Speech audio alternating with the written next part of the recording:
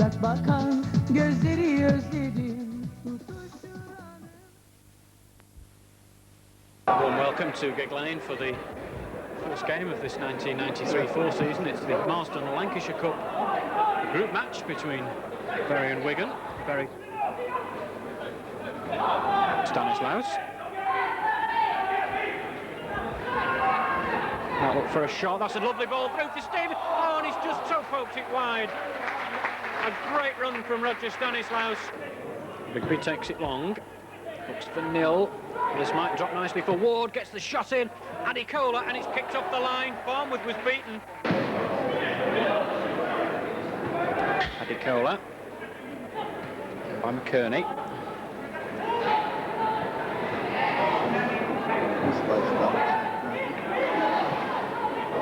Chipped over, and a good chance here, and that's in.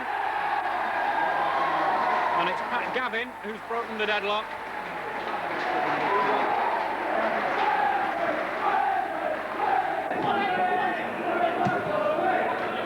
By Ward.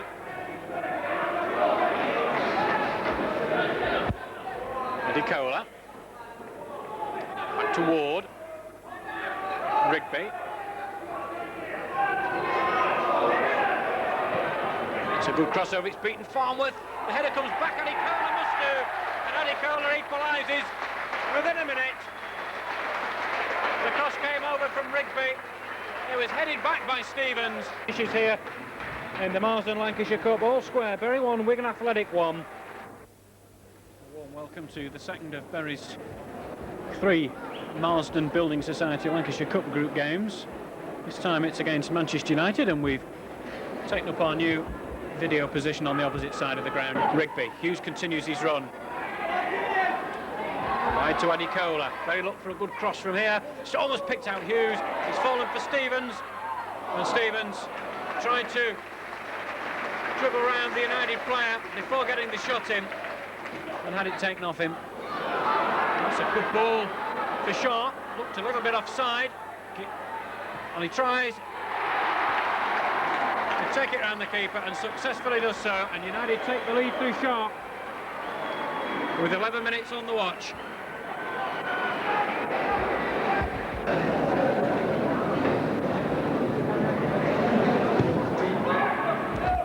Southgate's kick came off Adikola.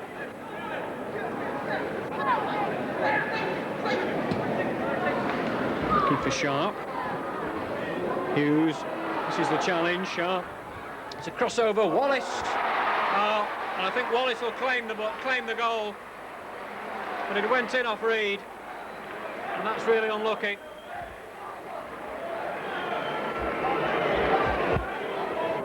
For Derek Ward, and for once he's got a bit of space on this near side. It's a good long cross. The header comes in, and it's just wide from Stanislaus. Number 4.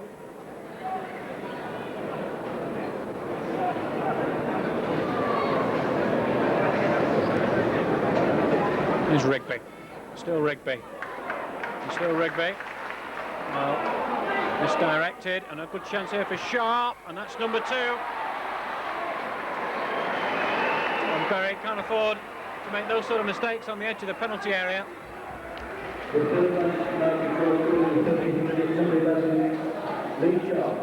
Half time. We've had the trainer on, so there'll be a little bit of injury time to add. Here's Rigby. Looks for a shot, but it's straight into the midriff of Seeley. Kick to Riley.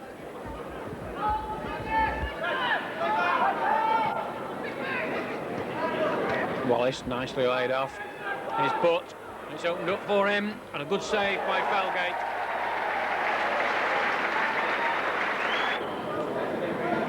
I think he's being generous there, the referee, anyway. Here's the free kick. Side-footed in. It took a slight deflection, and Felgate smartly down to his left to take the ball. A free kick.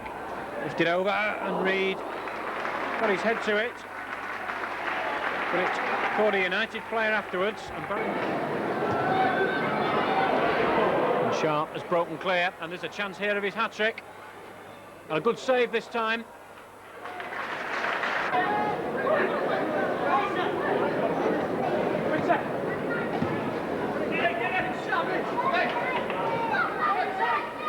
Hansen. Here's Brown. And this must be the number 4. Calmly done by Davis.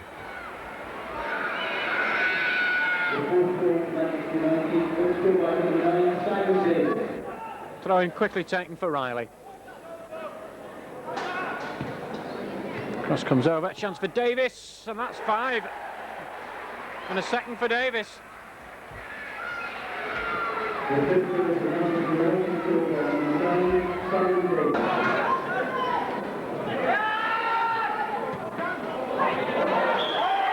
Oh dear, and Whitworth has completely lost his cool. And Whitworth has retaliated dreadfully against Ian Stevens. Stevens did catch him late, but there was absolutely no need for the United centre-half to do that. And it is a red card for Whitworth. And really, the referee was left with no alternative. There was no possible alternative, and it's a shame because he played well up to then, Neil Whitworth, and he... Lee Martin has come back to take over the centre-half position. Shrewsbury trying to capitalise.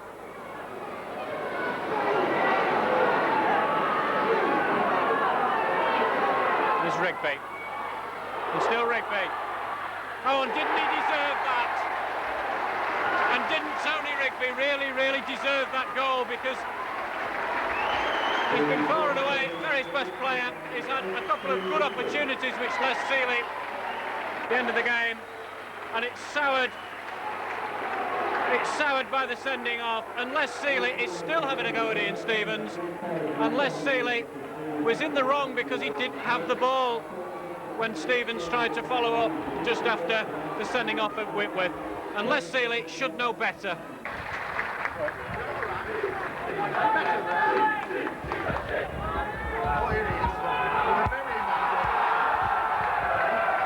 Afternoon, welcome to Deepdale for this final group game in the Marsden Lancashire Cup. Oh,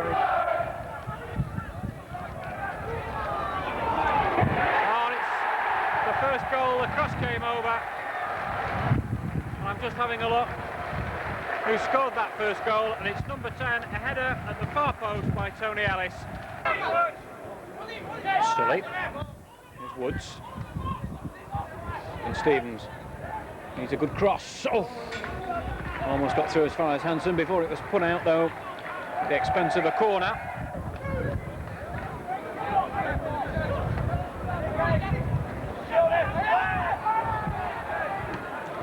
Head kick. Nil being fouled. Well, and there's also an elbow come in, and I'm trying to see who from. And I think it's Ronnie Morget, and well, the temper's really boiling over now. There's certainly one player been left on the ground, and it's from Ronnie Morget. And I'm not sure if the referee saw it or not. Well, obviously he has, because he's gone to his back pocket, and if it is an elbow, then I think Bury will be playing with 10 men.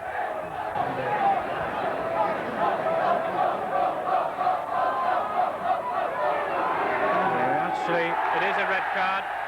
The referee initially went and held the yellow one up, and then he pulled out the red card. So Ronnie Morget sent off here at Deepdale with just 28 minutes on the watch. Challenger. Nils header right back to Challenger. Thumps that ball into the penalty area first time. It's difficult for the keeper, and he's done well to palm it over. And he was under pressure from Cartwright.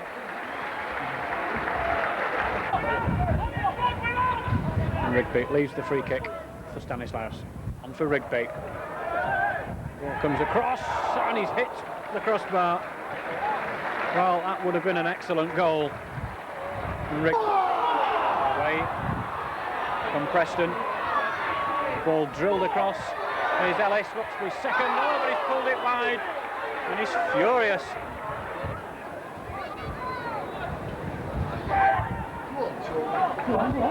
Comes Ford. Oh, and Ford thought the ball was going to come all the way out to him. And Bury get away with it. well, really, Preston. Sully. Comes over, it's too high for Reid. And there is the second goal for Ellis. The cross came over from Sully, and there was Ellis to finish it off and finish the game. Taking the throw in quickly. Here's Rigby. For Woods. Chipped on, and the flag is down. And here's Reid. What can Reid do from here? And he's chipped it wide. Oh, would you believe it?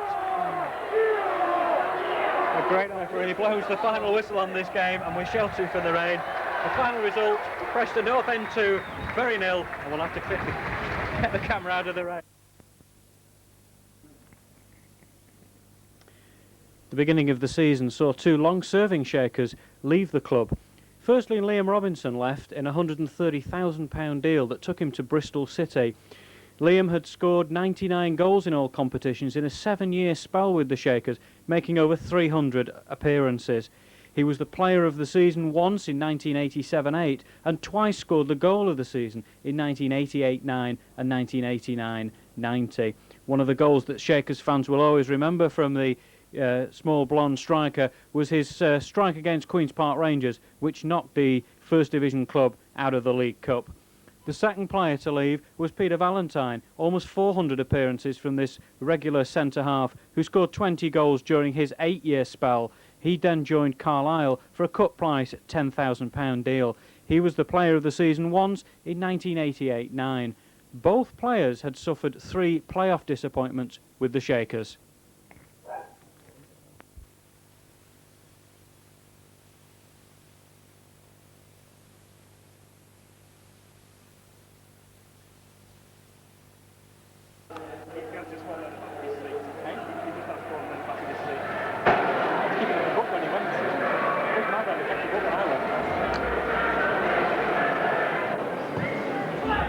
Flicked on, and Gary Kelly held the ball well. Oh. But he looked for the opening goal. So close. From Ian Stevens, he jinked his way inside the penalty area. Has been faultless so far this afternoon. And by Stevens. Clearance is by Gillard. And that'll be Bury's first corner.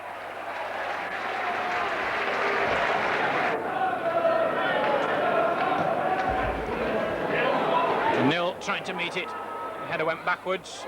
Well, that could put Northampton in great danger, and it was of their own doing. And the ball for Blissett. Stanislaus. Rigby.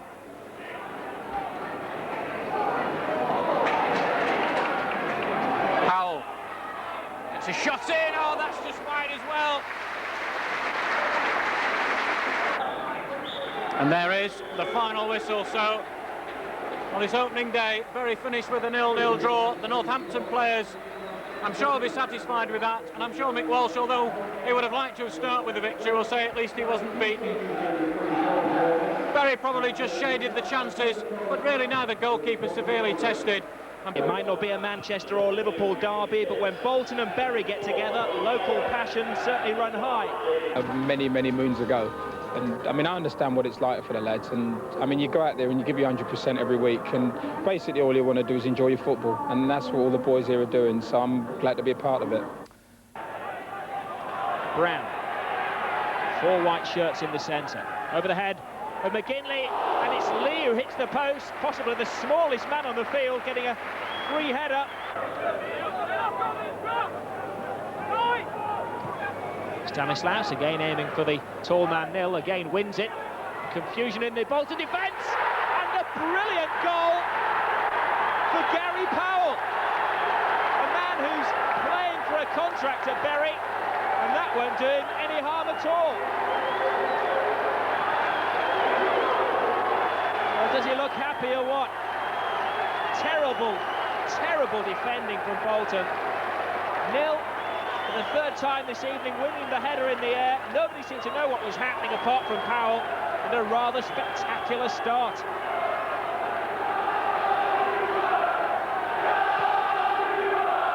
Gary Powell, released by Wigan.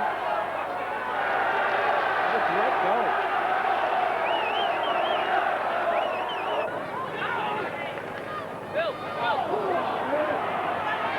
Phillips has 3 players to beat if he's going to get the ball in, but Powell, one of those, gets back.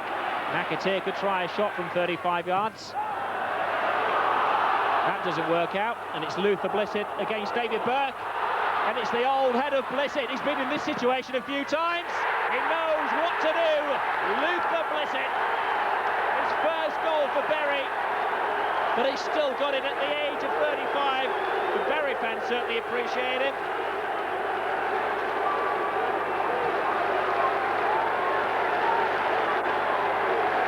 Well, Luther Blissett was playing for England over 35 just a couple of weeks ago, thinking that his Football League career was over. And look at the determination. Looked up at the goalkeeper, and he's been in this situation in Italy and for England, and he knows what to do. Considering throwing on Scott Green with his attacking players.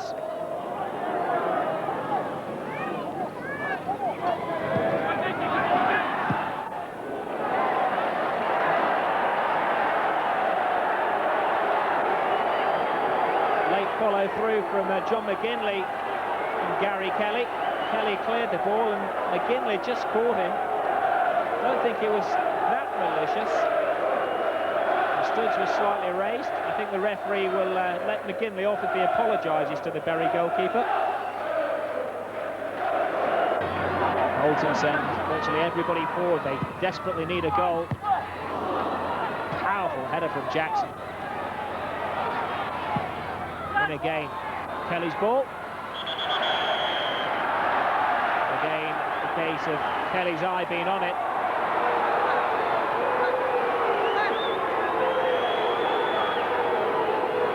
And he went. 2-man tag team on him. And he just twisted quite nastily on that knee that he got kicked on earlier by McGinley.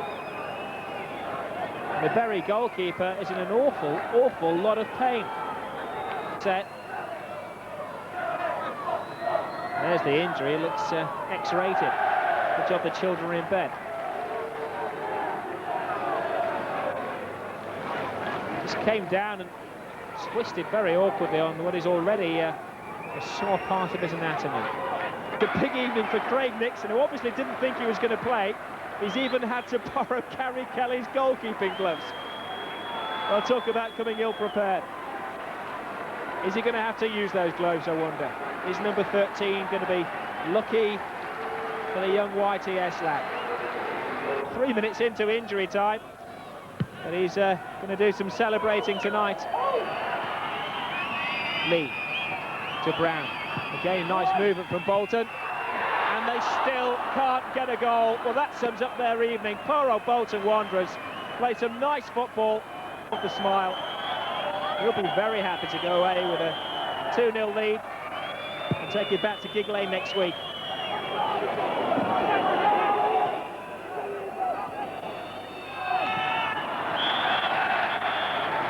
And the ball ends up in the hands of the substitute goalkeeper. Mike Walsh carefully walks off the bench. It's going to be a handshake with Bruce Rioch. They know that it's only half-time in this Coca-Cola Cup tie. But Gary Powell gave Bury that spectacular start. Division 3-2. You tell me you hadn't seen the reserve goalkeeper play at all until he came on? No, I'd seen him for about 45 minutes in one pre-season game. I was a good judge, wasn't I? I mean, Nick O'Grake turned up on Saturday. I don't think he expected to get on, but he came on tonight and he did make a very good save down by the near post. He wasn't prepared for it, he didn't have his gear, did he? He didn't have any gloves, no, we can't buy many. But looking at the negative point of view, your goalkeeper doesn't look too well. Oh, I'm distraught over it. We've been in dispute with Gary, never fallen out with him, just we've had a problem that we've now sorted. He's come back to us, looked very good on Saturday, kept a clean sheet again tonight, and it looks like he could be out for some time with that one, I think. That's half an hour after the incident, but got some bad marks, stud marks on his knee. I take it you weren't too happy with the incident from what you're saying. I don't really want to comment on it. I'll just try and compete with the Tannoy as they go through the two teams. Start with Scunthorpe United. In goal, marks to replace the injured Gary Kelly. He, I think, is on loan from Altrincham. The back overcomes the free kick. Two players go down. It's Nil and Elliott. And an early chance, and that's a good save from Collins, and that'll have done him a world of good, the lad from Altrincham. For those who haven't seen him before, he did play in a pre-season game, the last pre-season game, a friendly game, for Altrincham against Bury, and pulled off a number of taken short. Back to Tom Stone. Chipped over, and the header comes in, and it's gone just wide from Juriev, and I don't... Smith, cutting inside. Good ball on. Toman, good save. The flag.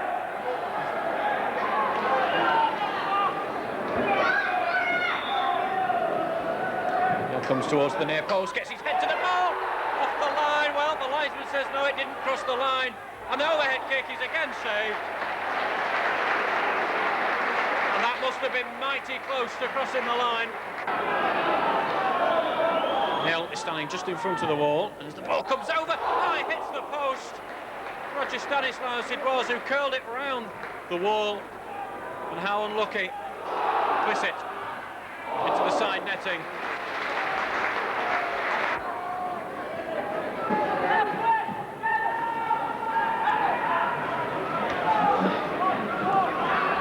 This is Martin. For Toman. Alexander, the cross comes over, and the ball, it's gone in.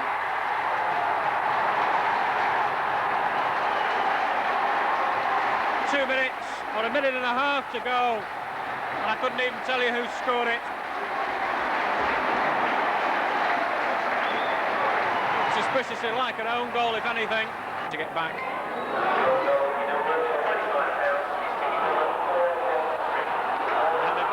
Short for the keeper, and this could be a second. Oh, what a great save on just off the line.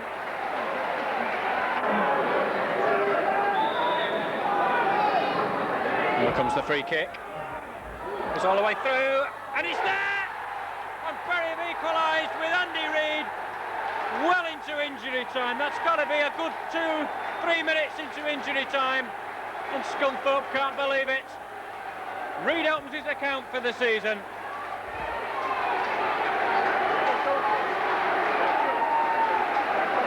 Take this free kick, and I can't imagine there'll be much more time to be added on. And there is the final whistle, and deep into injury time, Bury saved the game. In fairness, created the better chances, and really should have been one up well before Scunthorpe took the lead with just 2 minutes to go.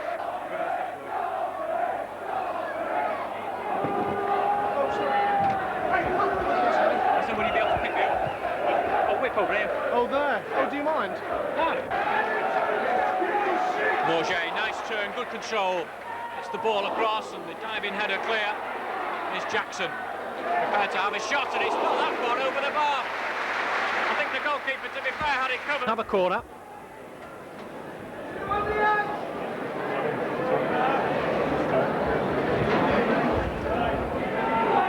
That's a better one. Oh, and it's gone in. And Bolton pull a goal back. I think it's number 8, Jason McAteer. He's being congratulated. Mark Patterson to take the corner. Headed out, but it'll come back in from Patterson. And the ball comes in, and it's McGinley. And it's McGinley who's got the equaliser on aggregate.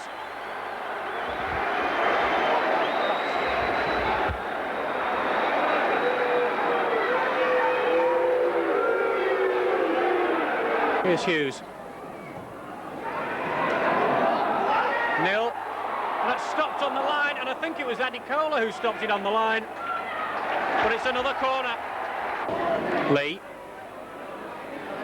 for McAteer. It's a really low, raking cross. Here's Morget. Berry worked the ball clear, and away goes Blissett. He's got Adikola, and he's got Powell up with him, and still Blissett goes. What can he do? It must be from here. Oh, it's saved by Brannigan. Coming on in his second half. Here's Hughes. Still Adikola. Still Adikola. That's the crossover. Blissett's header. It's taken by the keeper, Brannigan.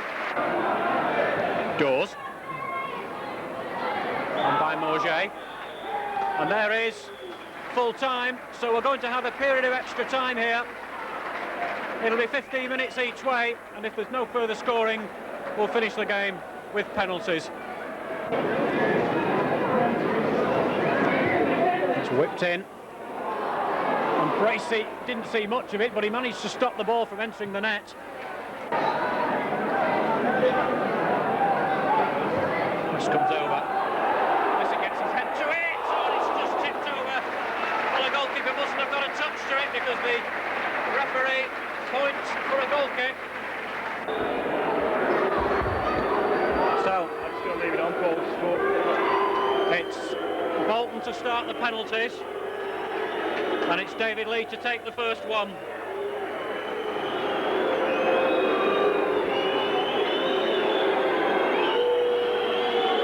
Whistles round the ground. David Lee against Lee Bracey.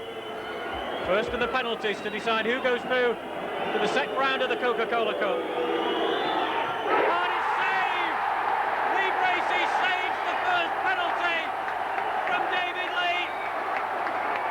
A big lady erupts. So Adikola with the Berry penalty.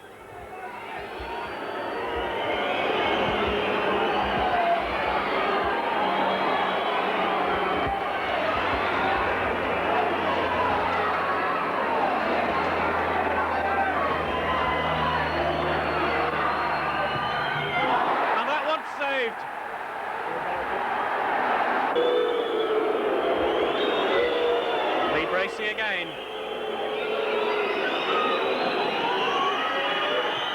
Makes no mistake.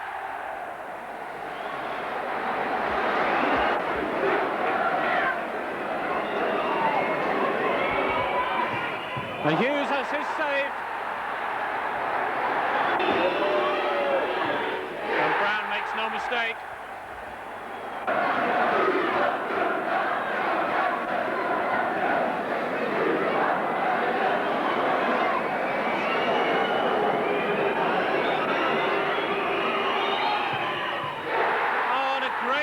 By Brannigan, and Nil has his penalty saved.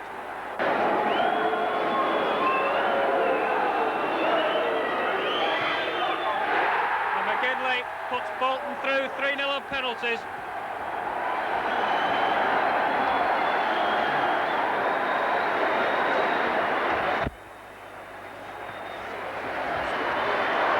Crewe having not have lost to the Shakers for 12 meetings spread over the last decade or so. On the two sides, Crewe players in the Bury side, of course Tony Rigby and Matthew Jackson. Looking at the Bury side, in goal Lee Bracey. The fullbacks will break off as Adikola goes through, and I think just a slight touch on the ball. And a chance for Adikola, and is it going to go in? It's just over. And that was almost a dream start. Yeah. Rigby, just wide.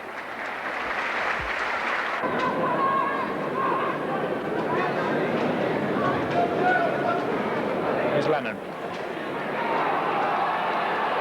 Looking for a cross from here. Nil stretches, he's not got to the ball, and it's Jackson who finally clears it. Nil was trying to hug it out for a corner. And eventually it was left to Jackson, almost on the line to do that. Block. Ball not clear yet. Cannons off Nil. And still Crewe have possession. Edge of the penalty area. Gardner with a shot, it's just wide.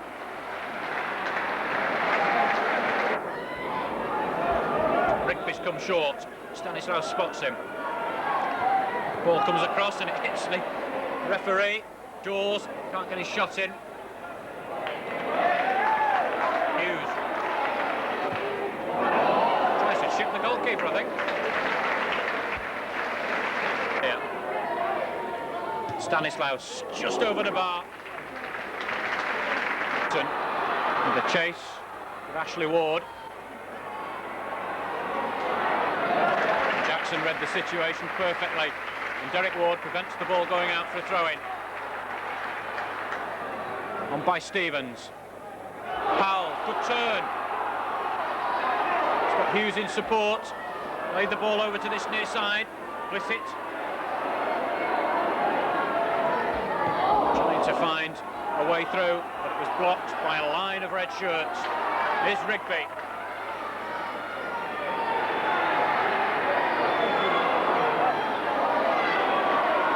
Gets the ball across, it's in! And Rigby, would you believe it? I don't think he was trying to shoot, but he took a deflection and went in the top right-hand corner. And right on time, Tony Rigby breaks the deadlock.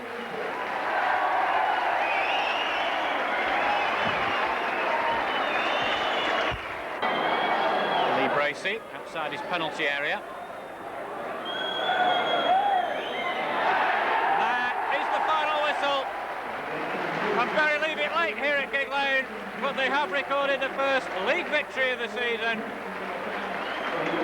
The 10-year wait to beat Crewe Alexandra is finally over, and it took a Tony Rigby deflected shot in the last minute to do it.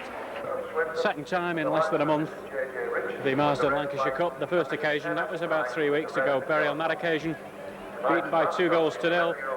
And given the fillip of a 1-0 home win over title favourites Crewe Alexandra on Saturday, Bury travelling much more confident mood.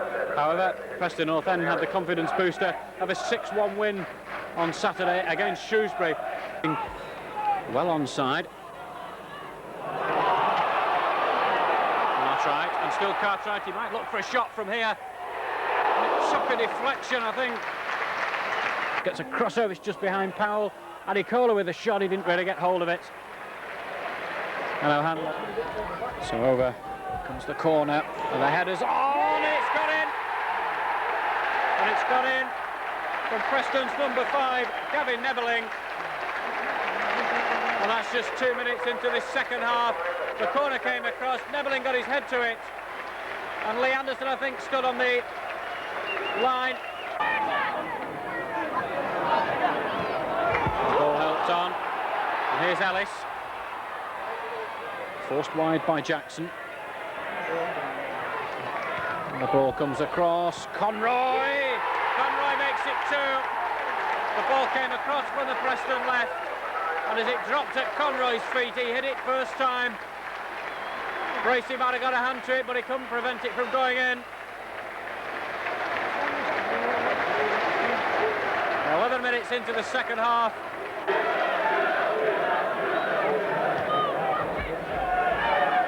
Ball comes straight back. And Bracey just got his foot to it, took it away from Conroy. Good cross in, Conroy. Anderson gets the ball clear, looking for Blissett, but Blissett waited for the ball, and in step Mansfield. That's a good header. Oh, it's number 3, and Ellis makes it 3. And that's Bury's fault for not getting that ball clear. But when it came in, Ellis got the great touch on it, and it took it into the top corner.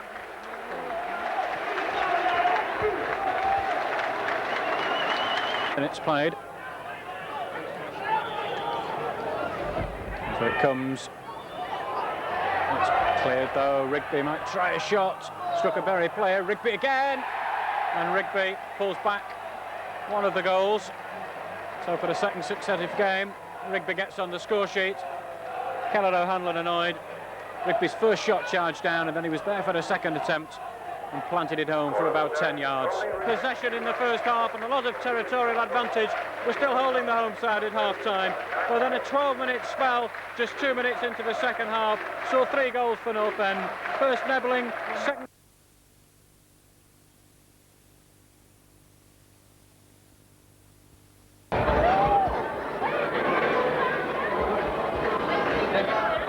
Welcome to Game Meadow for Bury's visit to play the home side, Shrewsbury Town. It's Bury who get the game underway, attacking the goal to our left.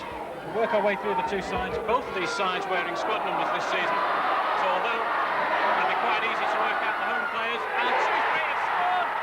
And it's number 17. I'm just trying to sort his name out. He's O'Neill Donaldson. And that must be within inside the opening 10 seconds. Probably the quickest goal Bury have conceded in years. What a sensational start for Shrewsbury. Shrewsbury 1, Bury 0. It's been a feature so far of Bury's play, certainly that way. Shrewsbury again. The shot comes in straight into the arms of Lee Bracey, so he positioned himself very well. Rigby and Stanislaus over the ball. Rigby to take the free kick. The ball comes over, it's plucked out of the air by Edwards. And the danger passes for Shrewsbury.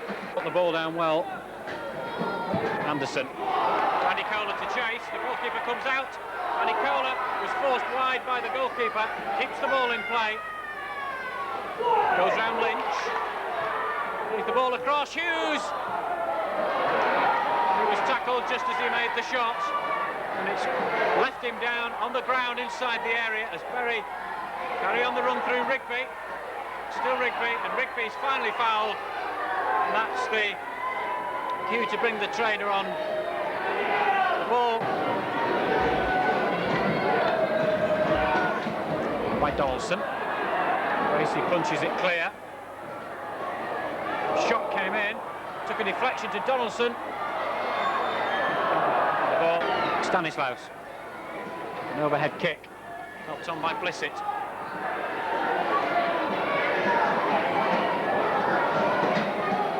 Good interception. And a good ball for Stevens. Still Stevens. Fires those straight into the arms of Paul Edwards. Holds his head in frustration. And it's Dawes to put it back in. Opts against it to Jackson. He's being urged to get the ball into the penalty area. Lofts it in. Played by the keeper.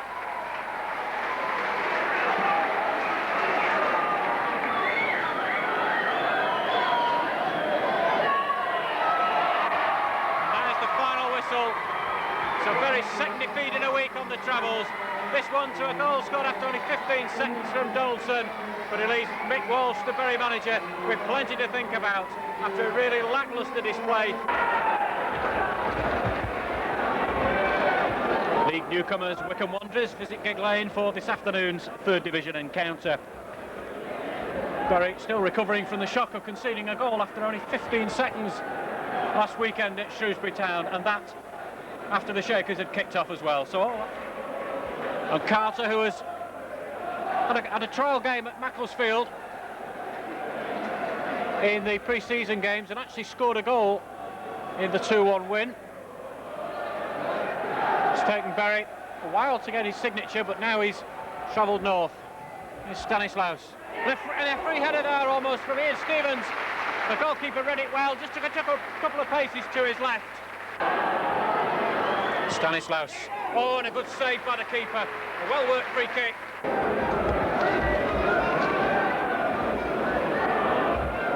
The ball comes over. Oh, and it's in. And Wycombe take the lead here. The ball played all the way across. And it was headed back, I think, by Matt Crossley. And the scorer, I'm just trying to work out which number it is. I think it's Andy Kerr, the number 4. Indeed it is. Gumpy. Still Gumpy, goes round Anderson. And Dawes. And Anderson a second time. Plays the ball across. And Lee Bracey. Well, he didn't clear the... It's a good ball wide.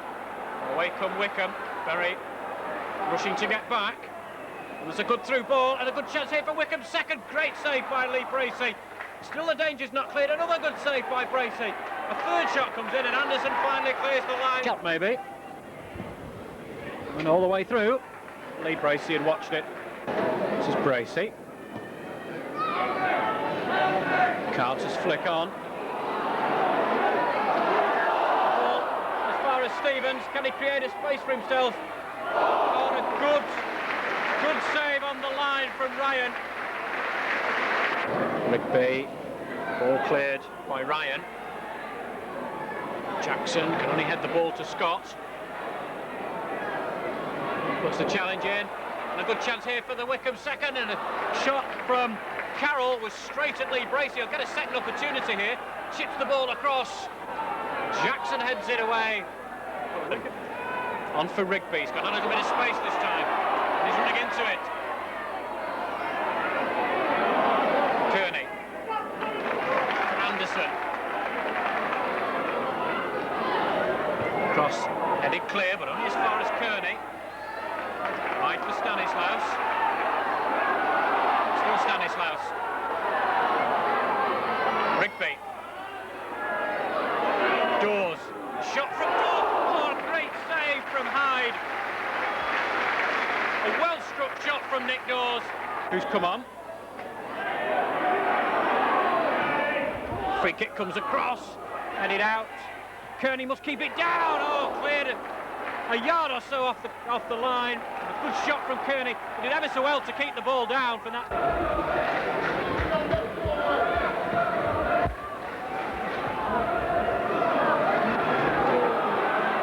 Anderson.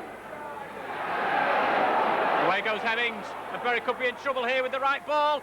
This should be the second goal, surely it is. And Langford puts Wycombe 2 up.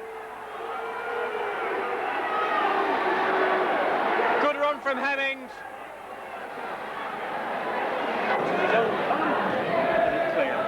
Rigby for Dawes. Stanislaus on for Rigby. Cuts inside. It's a crossover. It's a good cross. Nil. Oh, and it's just gone clear. Oh, Blissett. Nil gets the header in, and Blissett just strikes the shot inside the post. Never rose more than about a couple of inches off the ground. And Bury pull a goal back. Rigby will take the corner. Stanislaus has come short. On for Rigby. Cross is charged down. Stanislaus.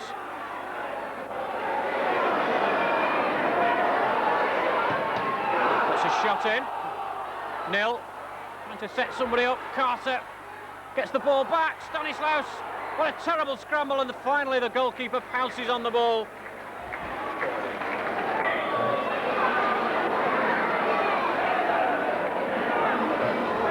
Rigby with the shot. Oh, just wide. And Bury give it away. And that is the last we've seen of this game. And Bury lose by 2-1 to the league's newcomers, Wycombe Wanderers. Wycombe went ahead as early as the 14th minute. A short corner, the ball was played across, and when it was headed back, that was Kerr to stab it home from only a yard out. That was the half-time score, and within 17 minutes, Langford had added a second. A great run down the left by Hemmings. The ball was across, and there was Langford with an easy task to put the ball past Lee Bracey. But warm welcome to Sinsel Bank for this afternoon's Ensley League Third Division clash between Lincoln and Bury. Both teams in the bottom third of the division, and both teams obviously vital. It's vital for them that they get the 3 points this afternoon. Bury come here on the back of 3 straight league defeats, away at Preston and Shrewsbury, and last Saturday at home to new boys Wycombe Wanderers. It's from Middlesbrough, and he's Mr. J.T. Winter. As the cross comes over. That's a great save from Lee Bracey. A fine header from the cross, and almost immediately Lincoln City have a corner. Chipped up for Carter. It's a good header on by Carter. Blissett. Wide for Stanislaus. Stanislaus had to rush to keep it in play, but he's made a good run, and that's a good cross. And the header, well, Ford almost made. Ward's in support. Blissett gets the crossover. It's a good one for Carter, and his header back almost fell into the path of Kearney. Stanislaus. This comes over, cleared by Carbon. Stanislaus. Kearney for Rigby. He looks for a shot. It's only just wide. Pollock diving across to his right. Eventually fell over. It was unfortunate for Bury, and Lincoln quickly take the throw in.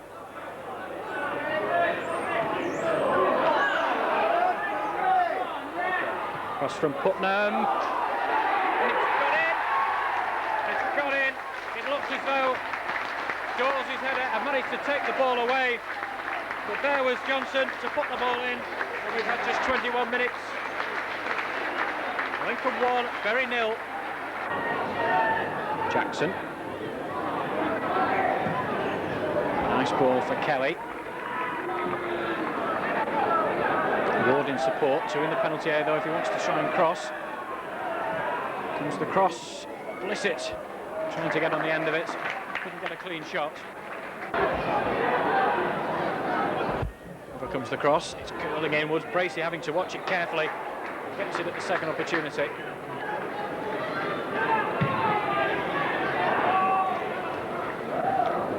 Blissett. Still Blissett looking for some support. Finds it in Kelly. And for Ward. Ward wins a corner. Another second that Bury have had this first half. Mark Kearney will come across to take it. A minute or so plus injury time left to play in this first half.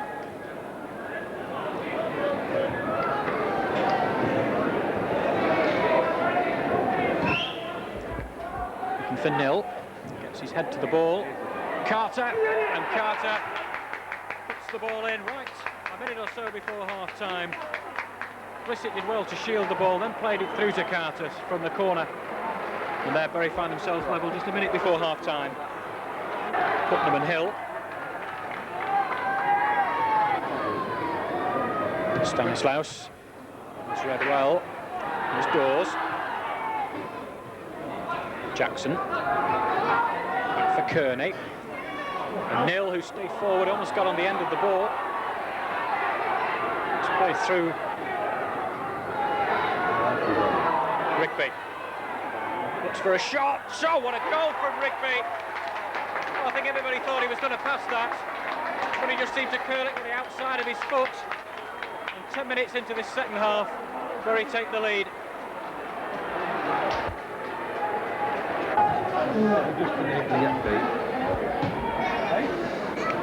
Looks to us here that Ian Stevens is about to come on. He's warming up, getting ready to replace Luther Blissett. Good shots for Lincoln, and a shot. Oh, it's in, and it's got in from Jones. It looks as though the danger was about to be cleared. First shot beaten away by Lee Bracey. It came back, and one of the very defenders beat it away. And it seemed to just rebound off Jones and into the top corner. And the ball for Stevens to chase, but the referee's whistle blows with just a minute or so of injury time played and finishes Lincoln City 2, Bury 2. Lincoln took the lead as early as the 21st minute.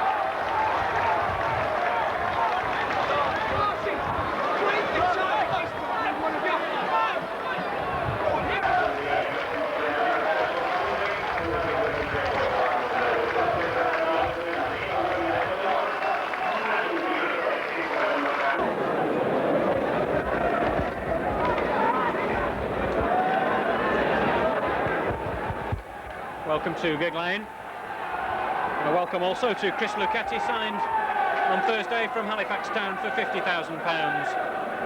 Manager Mick Walsh has decided to change the lineup for this afternoon's game. He's going to play at 4-4-2 without a sweeper, also the rumour is round Gig Lane. We shall soon see whether that's right.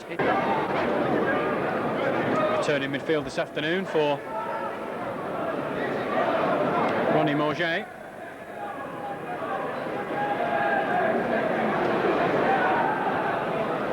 Tony Kelly also in the team, and he's making a home debut this afternoon. And the ball goes out, a good chance for Mansfield, and Mansfield have taken the lead through John Reid. And all the players looking at each other, because John Reid was totally unmarked as that ball came across its side of the field. Bury have a throw-in. Luchetti again taking his place at the edge of the 6-yard box. Gets a good flick to it. In comes Carter, straight at the goalkeeper, Jason Pearson. But a well-worked move from Bury.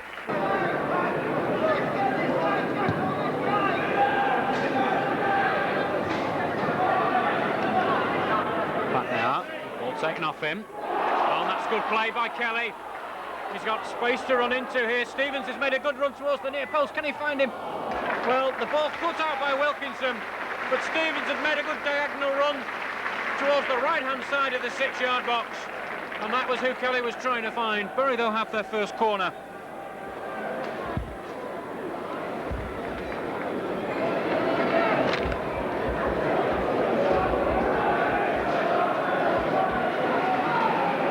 Jay comes short, but I'm sure the ball will be played long towards the edge of the 6-yard box. Wide by Dawes to Kelly. This comes over, Carter trying to get on the end of it. Chance here for Jackson, gets the shot in, oh, good save by the keeper. Carter, and it's gone in! And Carter gets the equaliser. Jackson with the initial shot. A good save by Jason Pearson, but he couldn't hold it. And a marksman, Carter's pass doesn't miss him from 6 yards. Bury 1, Mansfield Town 1.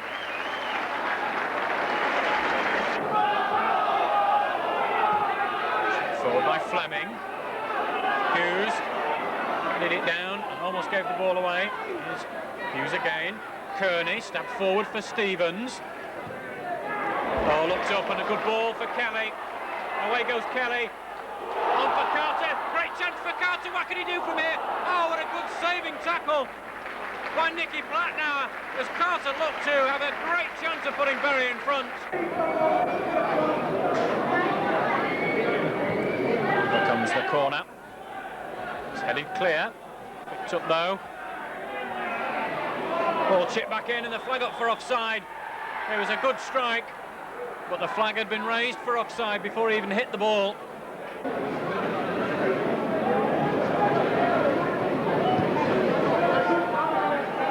Kearney to Stevens. Good cross. Carter. Good save. Kelly. And what a mad scramble. And Bury so close to taking the lead. Morget and Carter can't believe that neither of them scored. The outcome of it all is a Bury corner. Mark Kearney going across to take it.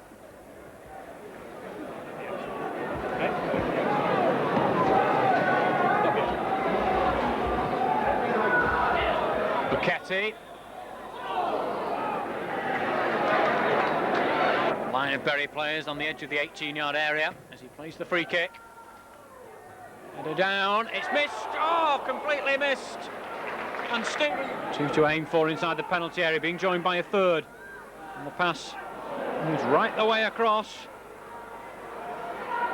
And Bury did well to force the ball out, but it's going to come back in again. And it must be here, and the diving header gives Mansfield the lead. The header from Stringfellow. 15 minutes left to play, and Mansfield retake the lead. And it must be said, against the run of play. Dawes. Stevens. Stevens does well.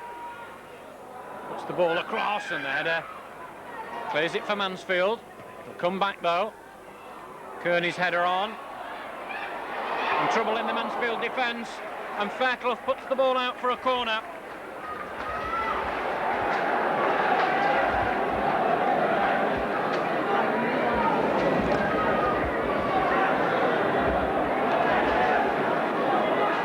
And Mansfield bringing everybody back, bar Reed, to defend from this corner. It's in, and it's got in, and it's Carter again from inside the 6-yard box, and Carter scored twice here at Gig Lane. It's 2-2.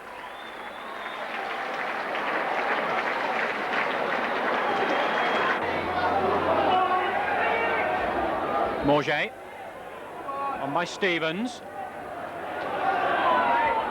And it's Stevens again. Still Stevens, puts a shot in. Oh, what a save from Pearson. Stevens holds his head. Kearney. Away across to Kelly. Very look for the ball to come back again. Chipped in by Kelly. Carter trying to get to the ball. Morget heads it clear. Carter on, it just wouldn't drop for the very striker as he tried to. Brought down on a good game here at Gig Lane. Manager Mick Walsh decided to do away with his sweeper system and played Nick Dawes in midfield. And welcome to Gig Lane for this afternoon's derby between Bury and Wigan Athletic.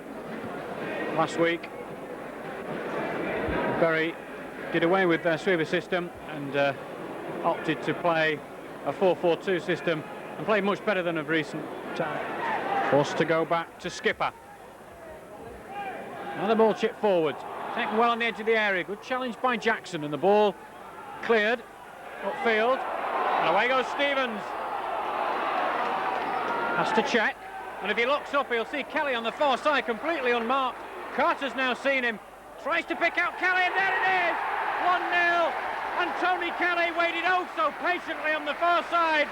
It was completely unmarked as Stevens played the ball to the left. Carter had already looked up and seen him before the ball arrived.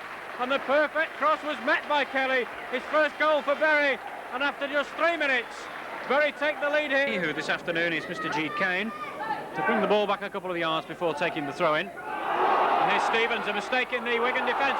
Stevens with a great chance at number 2. Fabulous save, second opportunity, that's gone over the top. A great save by... And inside for Rigby. Still Rigby.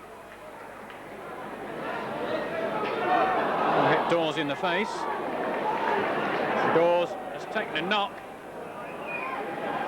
Clashed with Ronnie Morget and a Wigan player. Leaves the field on a stretcher. With just half an hour of this game gone. Here's Stevens. The overhead kick. Carter couldn't quite make it. Nor could Kelly.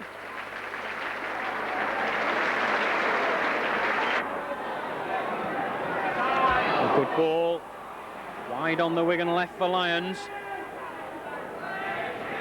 Threaded inside for McKerney. Good chance, good save by Bracey. Has to get back into his goal quickly. Good defensive play by Kelly. Corner. Taken short to Rimmer.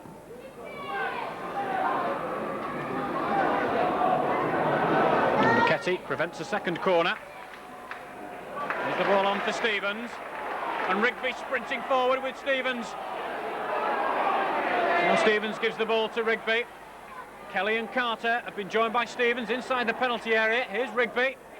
You get the ball across. Oh, it just stayed out. What a melee in the goalmouth. Bury have a corner. Here's Kelly. Met by Morget. What a great goal. Kelly's corner. Morget rose unmarked. And Bury have a 2-goal cushion.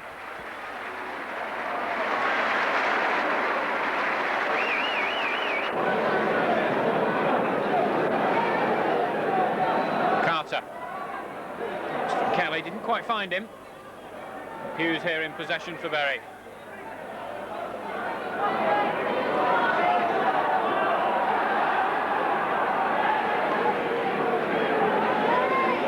Dixon. Nice turn by Rigby. Oh, lovely play by Rigby. And still Rigby goes. What can Rigby do from here? It's in! Oh, magnificent from Tony Rigby! Oh, classy goal! 2 or 3 times Wigan tried to bring him down and halt his run, but he kept going, and from a very acute angle he put the ball past Simon Farmouth and the defender on the line. It's Bury 3, Wigan 0. Carter inside for Morget. Morget spots Hughes unmarked on this near side. Good cross from Hughes here, could have Wigan in trouble again! Off the crossbar, well! How did that stay out from Kelly?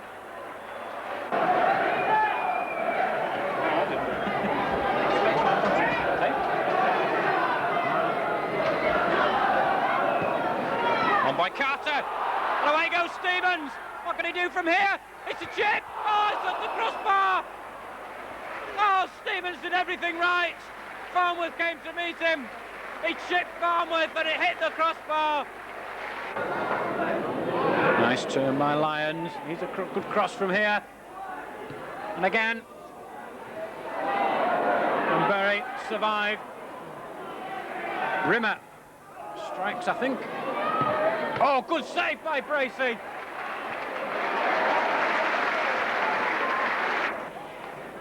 Carter. Kelly will chase. Here's Kelly. Still Kelly. Can he get a second? Oh, dear. Seems to have done everything right.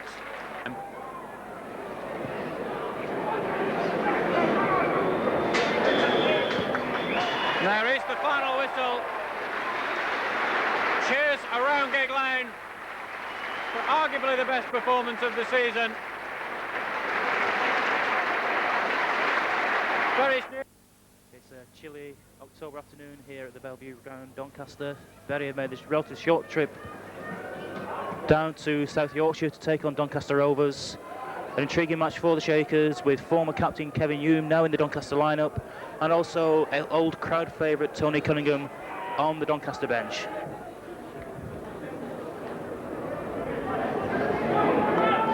Kearney with the free kick. Doesn't reach its objective. Kelly back in, rather Rigby back in. Just apologise to Tony Rigby. Rigby with a shot, and that's just grazed the top of the bar. And that was so close to Bury being one up here at Bellevue. Hume was running onto the loose ball. Looked a bit 50-50 as to whether Turnbull or Luchetti was doing the fouling then. The ball now with Stanislas.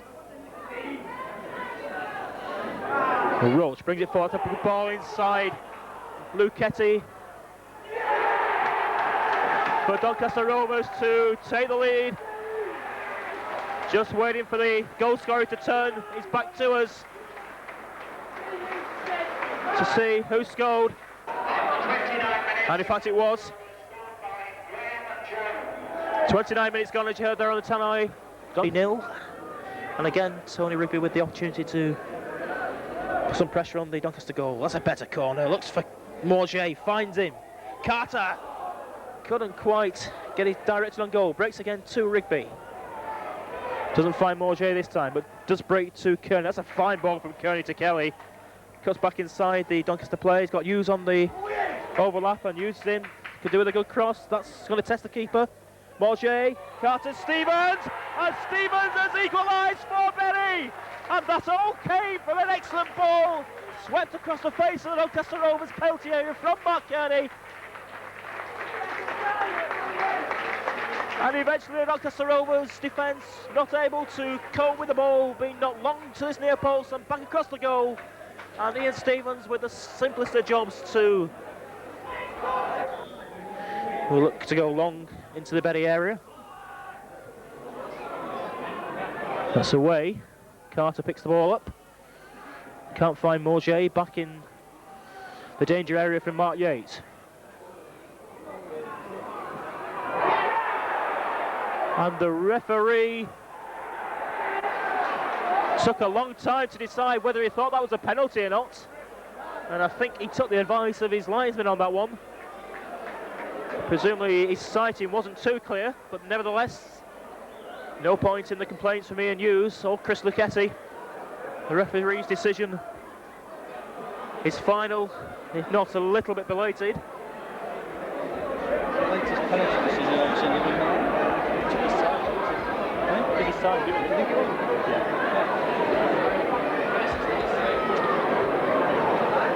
It's Lee Turnbull with the penalty kick to face Lee Bracey. And Bracey saves. And Ian Hughes completes the clearance. Looks for Tony Kelly, who's gone inside Clive Freeman. He's done very well indeed there. Brings the ball down. Chance of a shot. That was fine play from Tony Kelly and a good save from Andy Beasley. Measham elects to find Beasley with the back pass. Stanislaus wins the duel, breaks for Kearney, right-footed this time, looking for Adakola, who gets the better of Measham. And David Adakola has come on as substitute and has made the score. Doncaster Rovers 1, Bury 2, and it's nice to see David Adakola back on the score sheet. Only 3 or 4 minutes. Cunningham again, this time back to Roche, but the ball's cleared and Tony Rigby will break. Unfortunately, Measham got his foot in. Unfortunately, it's for Tony Rigby. But Mark Kearney given the opportunity now, and that's a fine ball to Mark Carter, who's got in behind the defence. Adakola's there, and David Adakola has got his second. Doncaster Rovers 1, Bury 3, and the Nigerian international strikes again. Preston North End noticeably. Perhaps gives you an idea of the regard with which Chris Lucchetti is held. The play goes on, Cunningham in the area, and the referee has adjudged that Tony Cunningham was held by a combination of Chris Lucchetti and Ian Hughes, and Doncaster have the second penalty of the afternoon. Tony Cunningham's been quite keen to take the penalty, but in the end he's overruled. And it's David Roach, and it's Lee Bracey who's made his second penalty save of the afternoon. And just look at the fans behind the goal, jubilant. And there's 2 penalties missed by Doncaster Rovers. There is the final whistle, blown by Mr. Lupton. The final score, Doncaster Rovers 1, Bury 3. Start. Having lost to Stockport 2-0 in their first game, Wigan find themselves in this predicament, where they must beat an informed Shakers side to avoid an early exit from the competition in which they almost reached Wembley last season. On Saturday, Wigan picked up a good point in the home derby at Preston. Dave McKinney twice bringing Latics from behind in an action-packed first half. Hughes screaming for the corner to be taken short. It's played to him. That's number 10. Firing it in. Farnworth saved, and then as the ball came out of his grasp, it was Mark Carter who got this shot in, and that just deflected off the bar.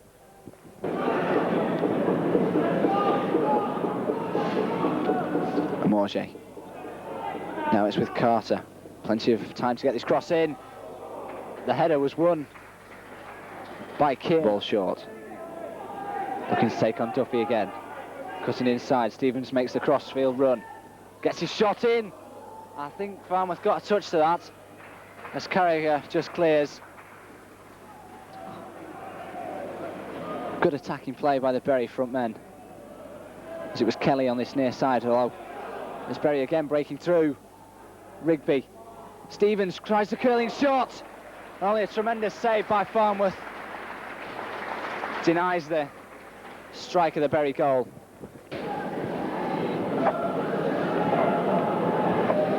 McKinney. Duffy with a wild clearance that's gone right across the goal. Stevens brings it down well, fires his shot in. I think Farnworth did get a hand to that ball. A good pass, found Carragher. And his cross was rather hurriedly cleared. McKinney clips it into the box, it's dangerous. Might find Daly. And he's quickly closed down. Ball may break for Morton, it could go anywhere. Gillespie. Oh, how did it not go in? Oh, I think a penalty's been given.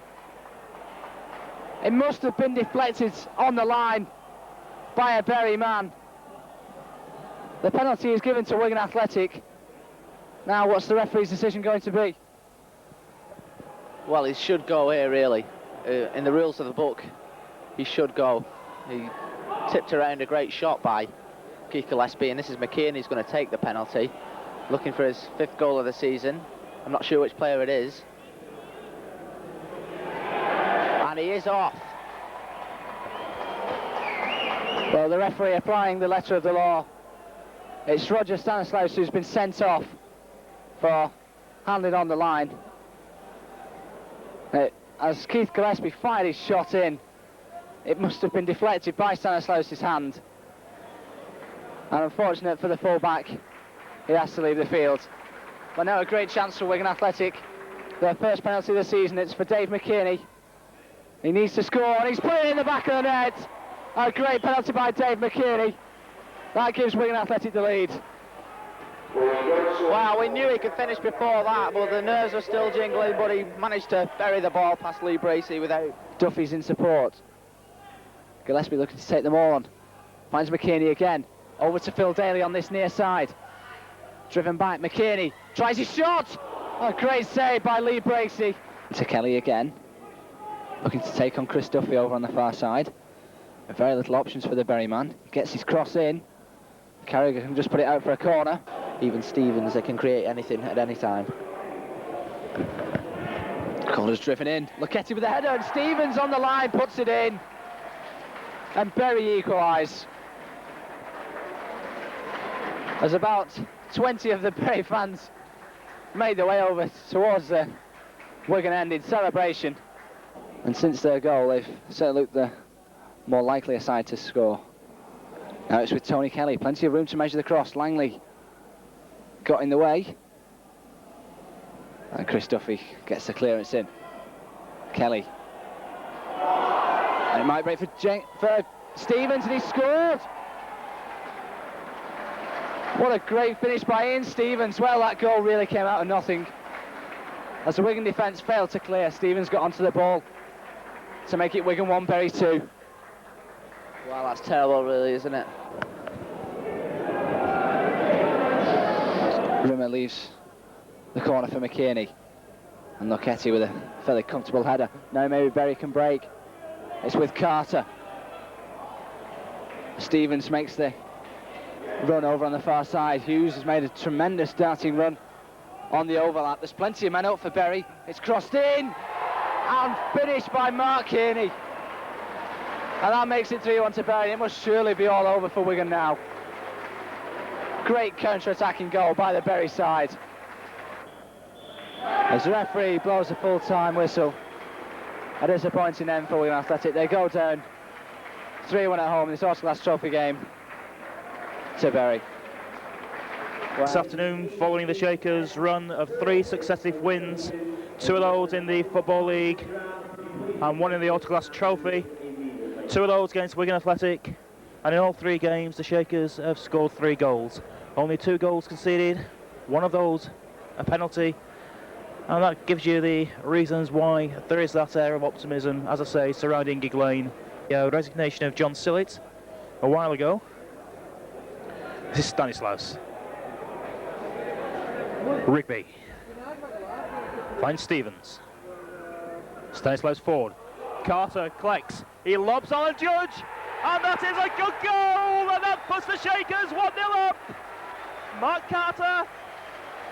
One of the things I could have told you, of course, that in those 3 games where the Shakers have hit 3 goals, Ian Stevens has found his goal-scoring touch again. David Adacola came off the bench at Doncaster to find his. Mark Carter appeared to have lost his a little bit. He does have that record of 1 goal every 2 and a little bit games. It's the first corner of the game to be taken by Tony Kelly. Morget gets his head on that, and that only just dropped over Alan Judge's crossbar. This time gone short for the corner. Kelly and Morget confusing each other on the edge of the box. Kearney gets his shot in. And Alan Judge forced to make the save. Hall and Morget having an excellent tussling midfield this afternoon, and Pike this time gets to be on Chris Lucchetti and collects the ball Fry gets the better of Jackson for once, and that's a good attempt. And it is only just over Lee Bracey's crossbar. Nicholson. Jackson gets in ahead of him. That's a good ball to Tony Rigby. Again, Rigby looking to play through Stanislaus. Bit too much football from Stanislaus, then he's caught in possession. The ball breaks loose for Fry. Jackson can't get his challenge in, and that is a fine equaliser from Chris Fry. And it has to be said that over the last 3 or 4 minutes, in terms of the way the Hereford have begun to get behind the Shakers' back line, that equaliser has been coming. Ball breaks loose to Ronnie Morjay. Got Carter, Kelly and Stevens ahead of him. Looks for Tony Kelly, who tries getting behind. Greg Downs does so, no free kick. The cross deep for Ian Stevens. Doesn't drop for Mark Carter. Loose ball picked up by Ronnie Morjay. The ball with Tony Rigby on that left-hand side. Looks to get past Brain and Davies. Pulled down by Gareth Davies. And Mr. Brownwood says that is a penalty. With just about 30 seconds to half-time.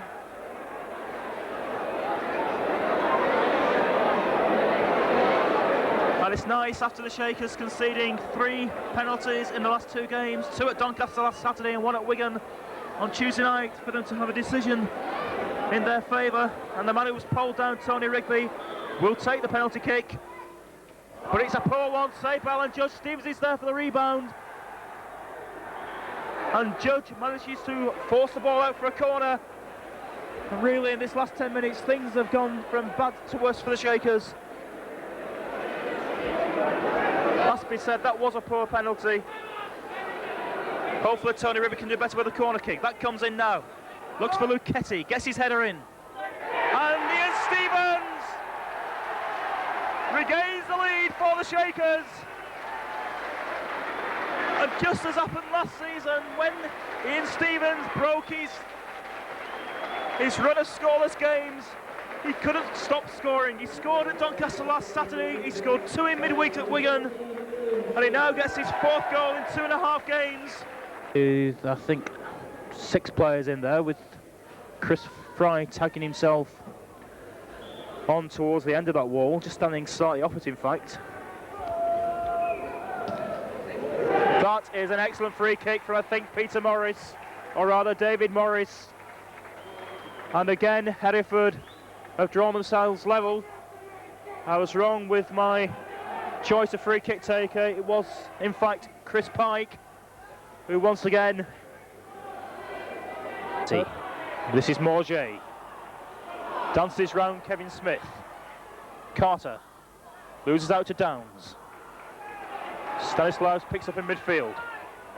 Moves forward.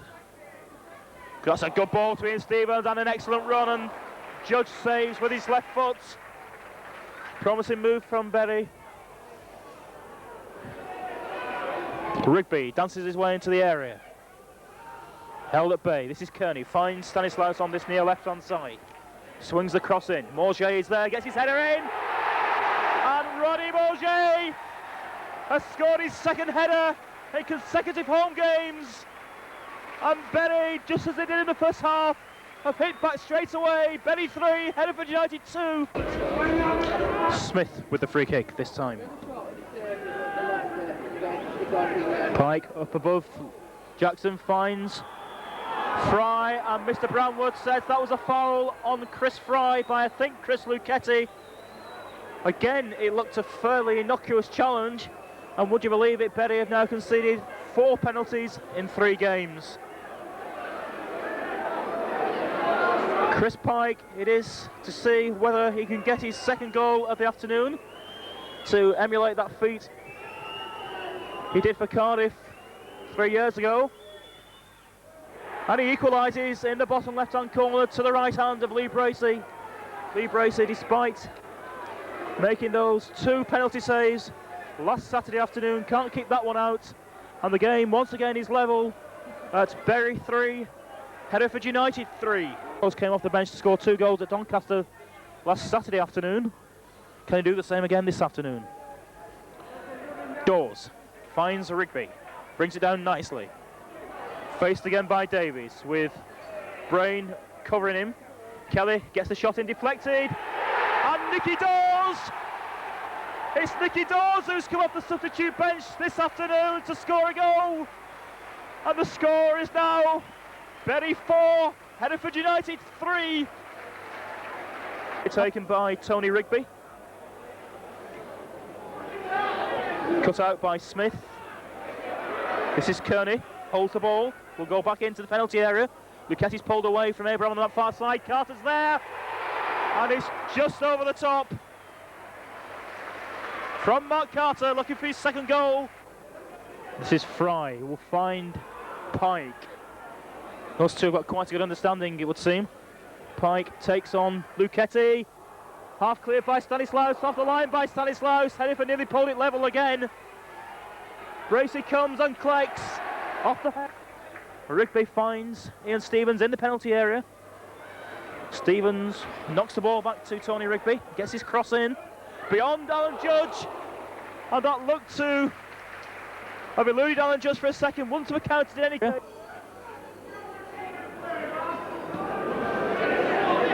Rigby heads on to Carter, flicks on to Stevens, who finds Rigby, takes on Davis, gets in behind him. Davis does well, closing down. Rigby still has the ball. Oh, he dances round Davis that time, goes for goal, blocked by Judge, but doesn't break for a Bury player. Rigby, he's in there! Tony Rigby has made it 5 for Bury. The ball bobbled around for what seemed like an eternity, but eventually Hereford failed to clear their lines, and it was Tony Rigby who was it. It's for a longer throw. Dawes gets his header in, but falls for Morris. Downs played a 1-2 with the referee and got his shot in, which Lee Bracey could only hold at the second attempt. Corner comes in. Abraham's there, cleared by Dawes. Bracey couldn't get the punch in. Dawes heads it away from Kelly, but only as far as Carter. It's 3-on-1. Carter, Kelly and Stevens. Stevens, Kelly is onside. Is it number 6? He fires wide. The last minute, it could have been 7. The referee, Mr. Brantrod, calls time just as the Hereford player lies down in front of us injured. I think that is Greg Downs. It's been an excellent game here this afternoon at Gig Lane. Both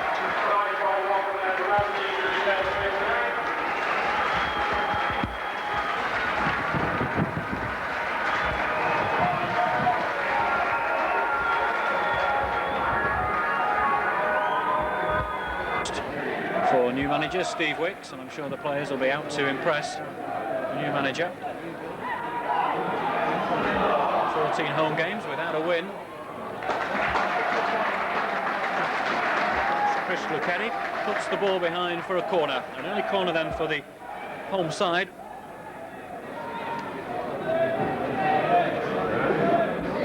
We're leaving just Tony Kelly upfield, and he's being marked by 2 Scarborough defenders as this corner's taken towards the near post. And a good save by Bracey, he's got in! And Scarborough take an early lead. Just 2 minutes on the watch. And it's number 11 who's given them that lead, Stuart Young. The first effort blocked by Lee Bracey, but from a very acute angle, it's Scarborough who take the lead. Bury have sent Alan Nill forward. Ball looking for Nill, flicked on, he's out off the line. Well, I'm not sure whether Burridge was having a go at one of his defenders, but he should certainly be thanking another one who cleared it. Ball across again, this time it's cleared back towards the taker of the corner. Comes over again, Burridge punches clear, and Scarborough get the ball upfield, a long pass towards the halfway line. Hughes. Scarborough appeal for offside. It certainly wasn't offside. Rigby. And Rigby. Well, the flag's up for offside. The flag's up for offside. Rigby arguing with the referee. The linesman raised his flag for offside, and Scarborough lucky to escape from that mistake by Burridge. 0.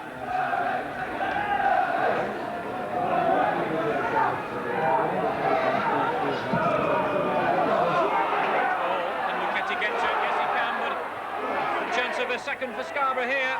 The defenders get back and it's cleared and it comes off Stanislaus. And the Scarborough attacker, I'm trying to see which one it is, it's Jeff Horsfield, he can't believe it.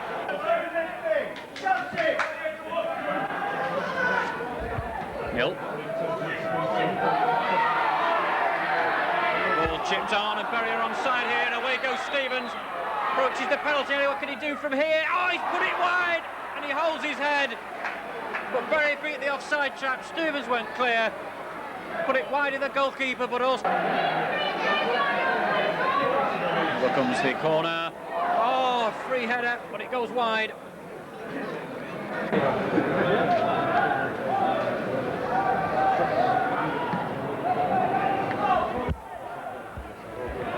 It's Young. Nicely laid off. A long-range shot from here. Just wide. From Calvert, he realised that he had to strike it from long range and he just put it wide of Lee Brace's left-hand post. Rigby with the free kick, curled over. Hill, I think, got a slight touch to it. And Scarborough hacked the ball clear. Have a break on now. Luchetti sprinting to get back, and Kelly's done a great job in holding up the attack, and that's allowed the Bury defenders to get back. And a chance for number 2. Well, a good save from Bracey. Cannon back off Bracey and then back off, I'm not sure exactly who, but I think is faithful, hoping that he can get at least one this afternoon. Kelly onside, still Kelly goes. What can he do from here? Needs some support. And Nicola just wide, and it's right into the garden behind the net. Scarborough in their first game under Steve Wicks record their first victory at home in 15, their first this season.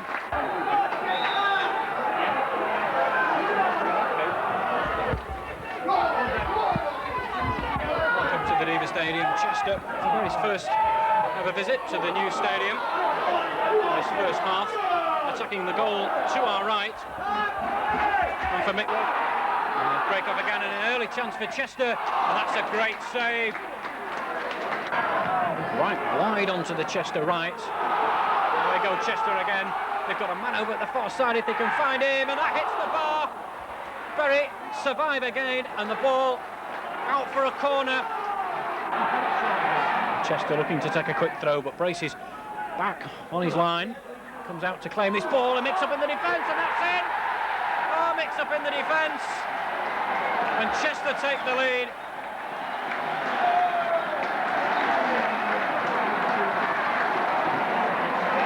Just trying to check the scorer. Corner comes across. Chester haven't got it clear. And they force it clear. There they come, Rigby in pursuit. More play to this near side. And there's 3 just against 1 Bury defender. What can they do from here? The ball comes across. This is... Oh, well, they've hit the bar again. Chester hit the bar again. Into spot. Away Chester go again. Edge of the penalty area, just inside. Twisting and turning, the shot comes in. That's another good save from Bracey. Chester looking to get it across. There's now 2 in the penalty area to aim for. Diving header, gets the ball clear. And the goalkeeper missed it, and the second chance goes in. Well, the defence seemed to be sleeping, and nobody moved as the ball came in. And Chester register their second of the night. Just 9 minutes into the second half. Good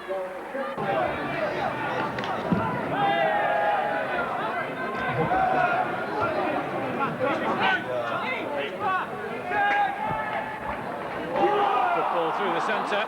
This could be a chance of a third, and it is number 3. Straight through the centre. And that effectively kills off the game for Bury.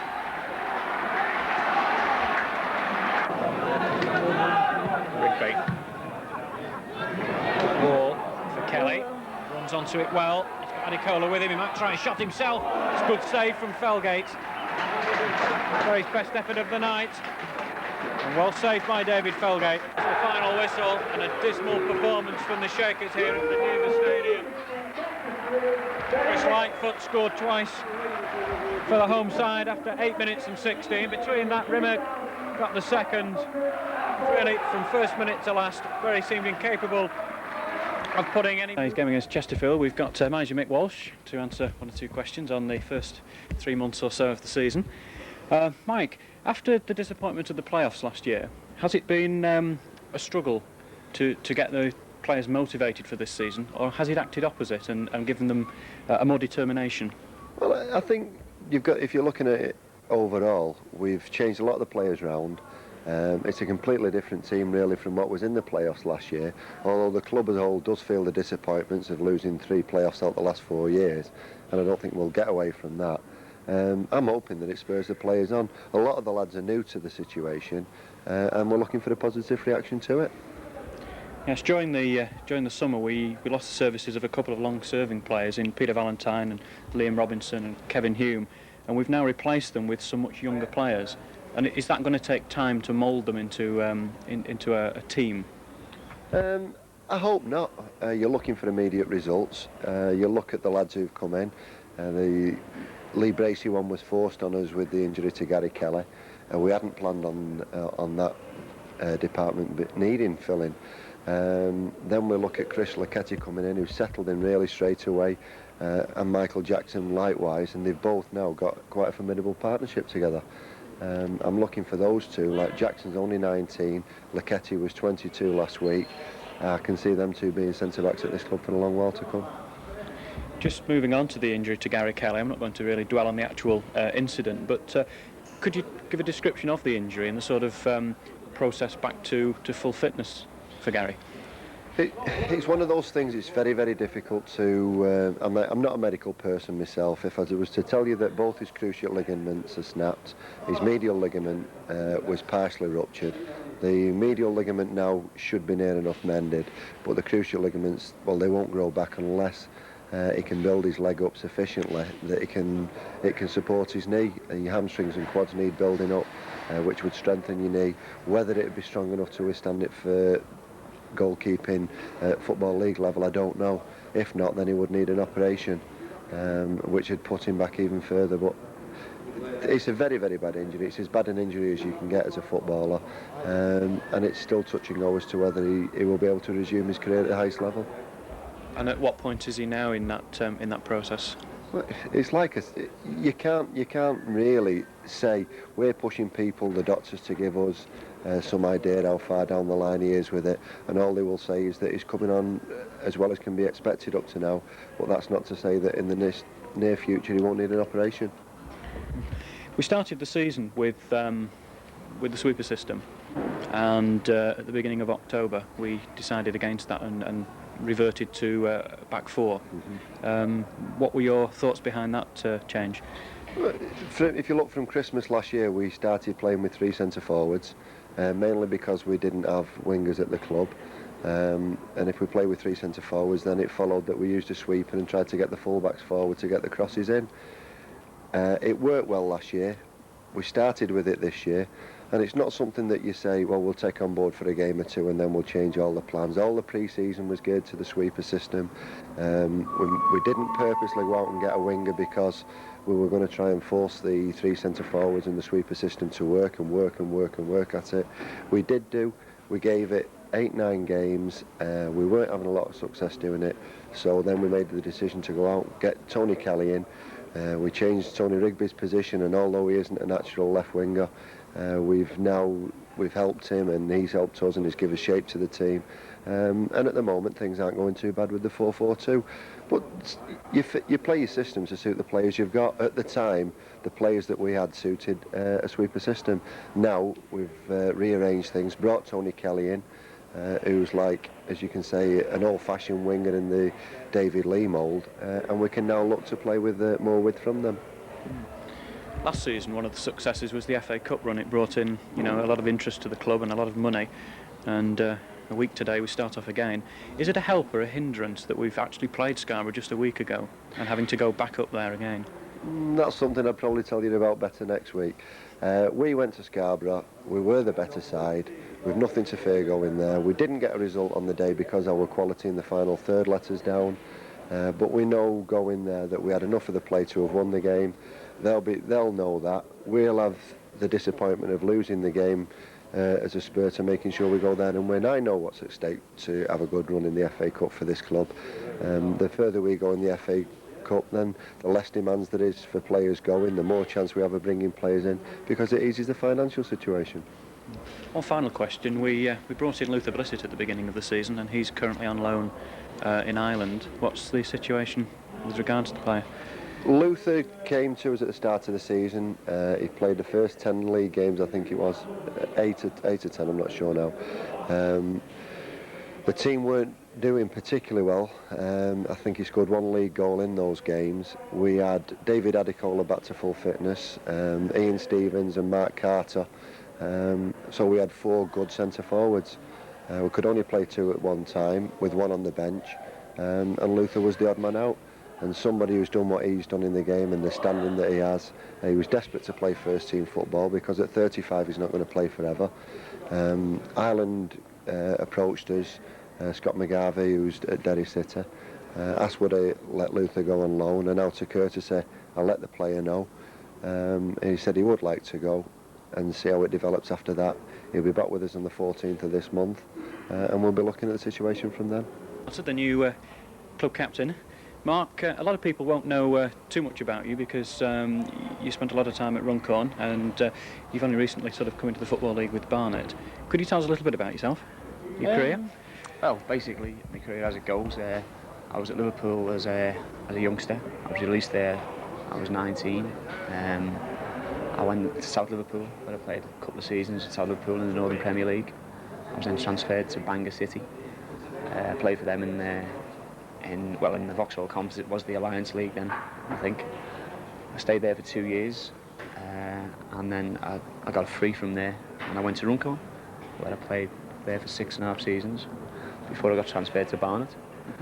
Then I went on to win the conference that season, and then I had 2 years at Barnet, and about two and a half years at Barnet, and then came to Bury about 6 weeks ago, I think, in a nutshell. At Runcorn, you said you had 6.5 years there. What were sort of the highlights for the team, and also the highlights for you personally?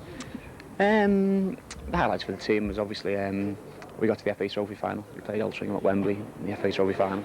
That was a highlight. The fact that we lost didn't, wasn't very good, but that was obviously the highlight while I was there for the team. Personally, I was captain there for 3 or 4 seasons, and I was also then picked to play for the England non-league side, of which I went on to captain that as well. So basically, that was my career at Runcorn. That was the highlight there, playing for the England non-league side. I think a lot of people might have been surprised when you were announced as club captain here, but just listening to you say that you've been captain of the England semi-professional side and Runcorn, does it affect your game anyway, or make it difficult being a striker and being captain? Not really, no. As I say, I've done it for a number of seasons at Runcorn, and it's. I think it was 2 factors involved. Was Alan Nill. He's left the club, or he was going to go to Cardiff, and looking at the side, I think the oldest after me is about 21, 22. So it was just a question of he asked me to do it, and I think there was no one else really he could ask. I put Mark Kearney forward. He's obviously been here a long time, but the gaffer said he'd done it before and didn't enjoy it. He thought it affected his game. So I said, well, I'd be quite happy to take it on. First taste of league football was at Barnet, and you're quite successful. Your partnership with Gary Bull helped Barnet to the 3rd division, to the new 2nd division anyway. What are your thoughts now you've left? Was it a sort of Wimbledon atmosphere where whatever happened off the field, it didn't affect the players on the field? I think basically what it was. I think probably because we came from non-league, and well, the majority of the players at Barnet were basically non-league players, good non-league players. And when these things happen, it was kind of it wasn't like a professionally run club anyway. So I think if it would have happened to someone like a Bury or an established league club, I think they'd be all hell let loose. But we were just at Barnet to enjoy ourselves and play football, and that's all came across really. And as I say, we were lucky enough to have a lot of very good players at Barnet, and you know, I think we proved it in the first year when we were very entertaining and we got to the playoffs. And the second year we learned from the first season and we got promoted, and really we should have won the league that year. It was only like the final few games of the season when we were already up and we were just enjoying it then. Yeah. And you've, as you said before, you've moved here, you've been here now a couple of months or so. What were your early thoughts and views of the club? Well, we're just looking around now. It's got loads and loads of potential, the club. You know, it's obviously if the club's in the 3rd division. I think it should be you know, it's going to go higher. The gaffer's made a few changes. He brought a few players in. You know, there's new work going on in the stand over there, and I think everything for the future looks rosy at Bury. Looking at the side now that we've got together, I know we had a defeat like this week against Chester and Scarborough. Hopefully that's just a hiccup and we can get back on winning ways and get back to the form that saw us win 4 games on the run and score a lot of goals and entertain a lot of people. Yeah. You're saying about scoring goals, you've kept up your average of 1 every 2 games since you've moved from Barnet. Ideally you'd hope to carry that on. Well, yeah, pointed out to me before, well, when I joined, that I had this averaging. As you say, it's carried on so far. But as long as the side's doing well and the chances are made, then we're going to score goals. And if I get my fair share, well, I'll be just as happy as anyone.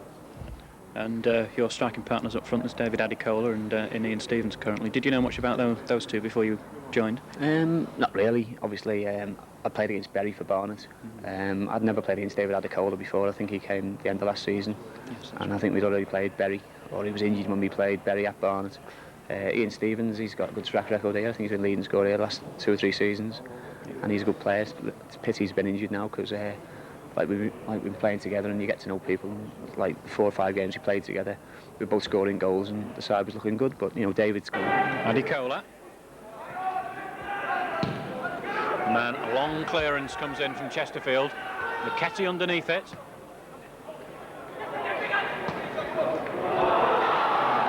Moss. And Moss tries a good chip, and it must be the opening goal. And there is the opening goal. Steve Norris adds another one to his collection this season. And by Rigby. Adicola gets in quickly. Has to hold play up and then finds Kelly. It's a good pass. Kelly, edge of the penalty area, goes past one challenge. Gets a shot in, oh, it's plucked out of the air by Marples. Looks like it's Rigby who will take it. Chipped over for Morget, header inside, Carter! Oh, good goal by Mark Carter. The ball was chipped over the wall. Well, it was helped on by Morget. And there was Carter to beat the goalkeeper to the ball. And we've had 36 minutes and Bury pull it level. Chesterfield are concerned.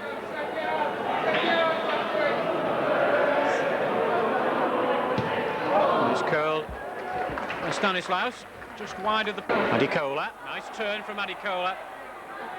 Looks for the shot, and the goalkeeper couldn't take it cleanly. And luckily for Chris Marple. Foul by Madden. And the free kick quickly taken.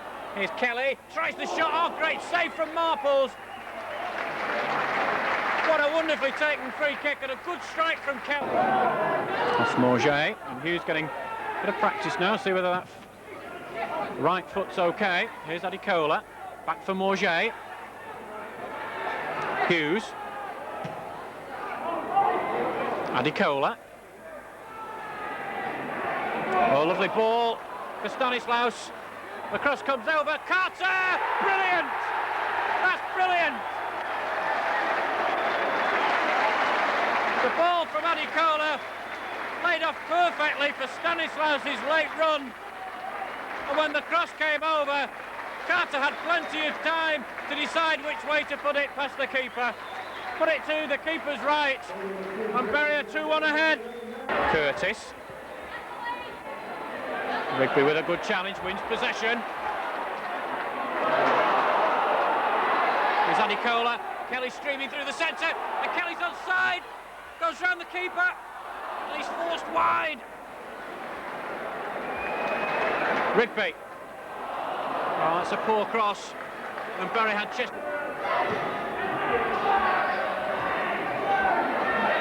Not cleared yet. The shot comes in. Oh, good save from Bracey. It won't be a corner though, because the linesman's flag is raised to indicate offside. It's a...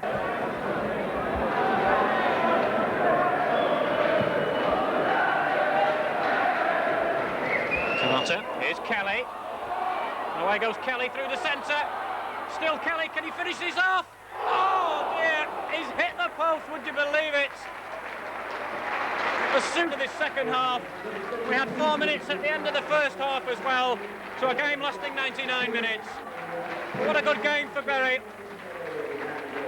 They began with Chester. We're going. It's coming. Stockport County 0.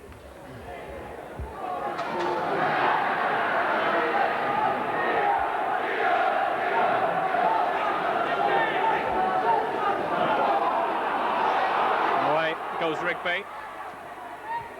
Good ball. Bury need to stay outside from this position. And Cole header, that's open the scoring.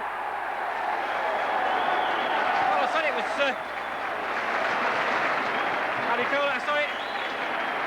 It's not actually Adikola, it's Tony Kelly. I just saw a flash of a number 2 on the back of his shirt and assumed David Adikola had broken through the centre, but it wasn't. Tony... Rigby. It's the crossover and Edwards gets 3 paces and claims the ball. Oh, Morget pulls up. Looks has pulled a muscle at the back of his thigh on his right leg. Chance here. Oh dear. Oh, and it's gone straight through Lee Bracey's legs. And what a disaster for the Bury keeper. Didn't really have any pace on the shot at all.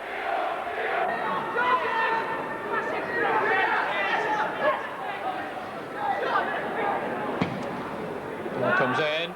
Bracey comes to claim it. And what another disaster. And Ward gets a second. A minute before the half-time interval. In play, back to Hughes.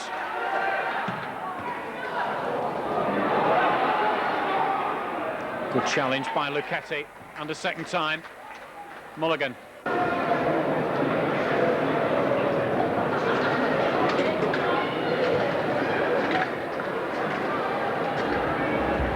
Phil Jones on the far side is ready to come on. Chris Luchetti being carried off.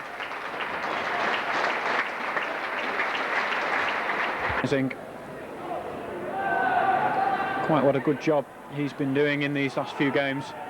The ball comes across, palmed away by Bracey. Now another shot comes in. That's wide of the mark from substitute. Jackson and Jones going for the same ball. The result was that Bury won it. Here's Kelly. Still Kelly. He'll have to do it on his own. And he wins a corner.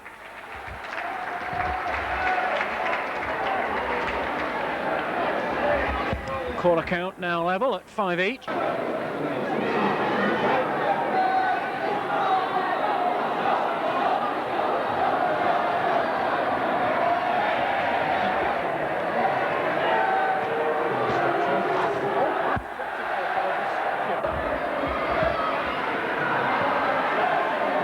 Mulligan. Still Mulligan. Bury lacking the width that was provided by Kelly. As Francis goes striding through the centre and puts the ball in. Well, the referee says no foul, and Kevin Francis effectively kills this match off. But where was the referee's whistle for the foul? Boos round Gig Lane, and I can understand why. And there is the final whistle, and it's Stockport County who will have a home tie in the first round of the Glass Trophy, and it'll be Bury who will travel. But really tonight has been a disaster for the Shakers, not only for losing the match, but for having 2 players stretch it off. Yes?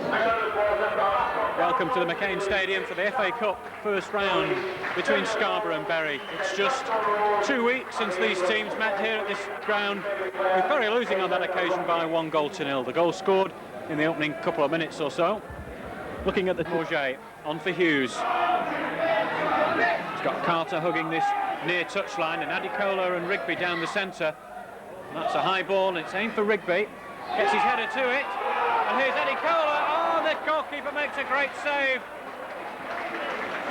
Wonderful opportunity for Adicola after Rigby had won the header. Throw in from Kearney. Stanislaus gets the crossover. Downward header by Dawes.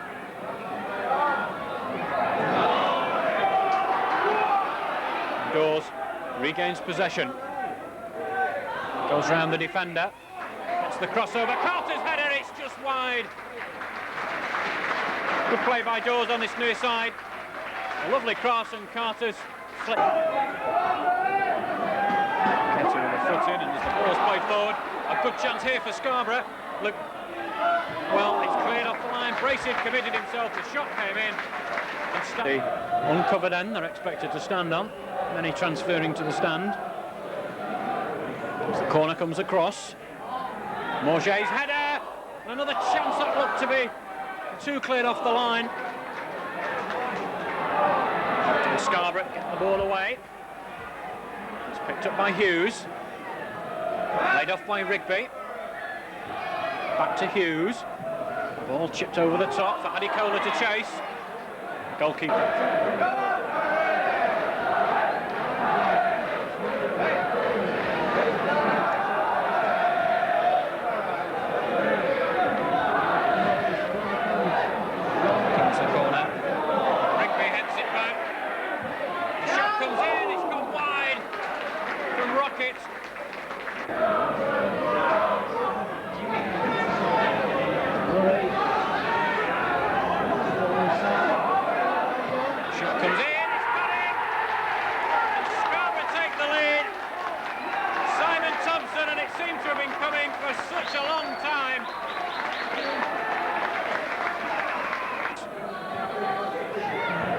He's headed clear. On his far there was Rigby. Ball chipped in. The keeper claims it. Bury need to get the ball across. The back heel. Dawes puts the crossover. The keeper comes for it. He's lost it. And Scarborough haven't cleared the ball. Now they have. And the flag is up for offside. Despite threatening to add time on for time wasting, doesn't do so, and Bury drift sadly out of the FA Cup at the first round. Bury faced the equally difficult task here now of playing Rochdale on their own ground. Rochdale going well this season, and Bury just in the past few weeks have hit a slightly sticky patch. Oliver with the throw-in.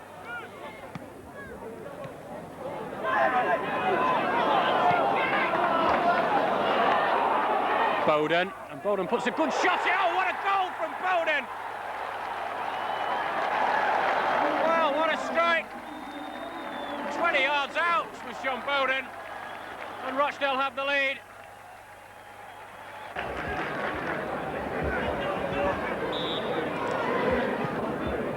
Cross comes over. And the header across almost caught the Bury defence again. Now the cross comes over. Disaster in the Bury defence, and it's two. It's two.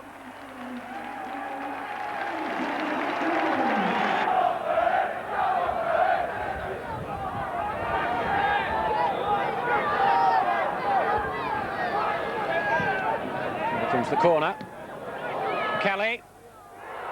And it's there, and it's Mulligan. Oh, didn't he deserve it? Two. It's Rigby. Shot! Oh, what a great save by the Rochdale goalkeeper, Martin Hodge.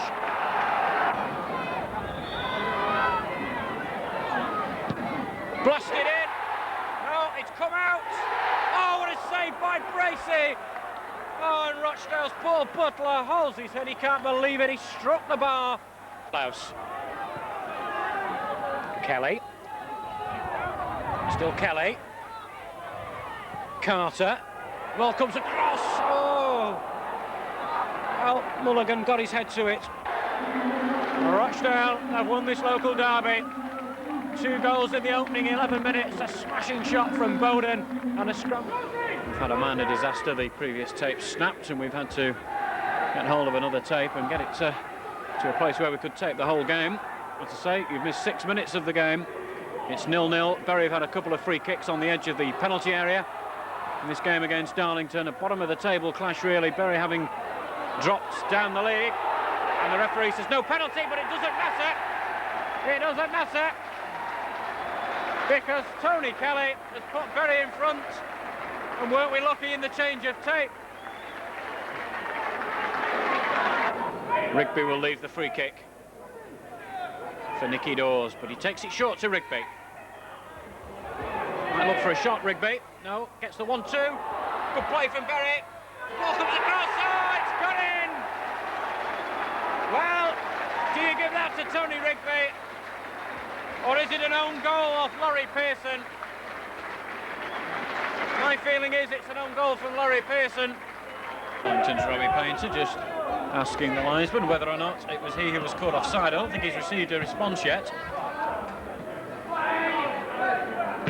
Stanislaus, a right-footed cross, headed on by Kelly. The flag stays down. This is Mulligan. Lays the ball back for Kelly. Carter, 3-0. I thought for a moment that Bury had taken too long in getting the shot in, but Mulligan played it across to Kelly. No challenge, as Kelly took it a yard or so further forward, realised that there were about 3 Darlington players in front of him. And Dawes is prepared to give the corner away. Shaw with the cross. Oh, and a good chance here. Great save by Bracey. And again, well, he didn't get his fingertips the second time. Here's Bracey.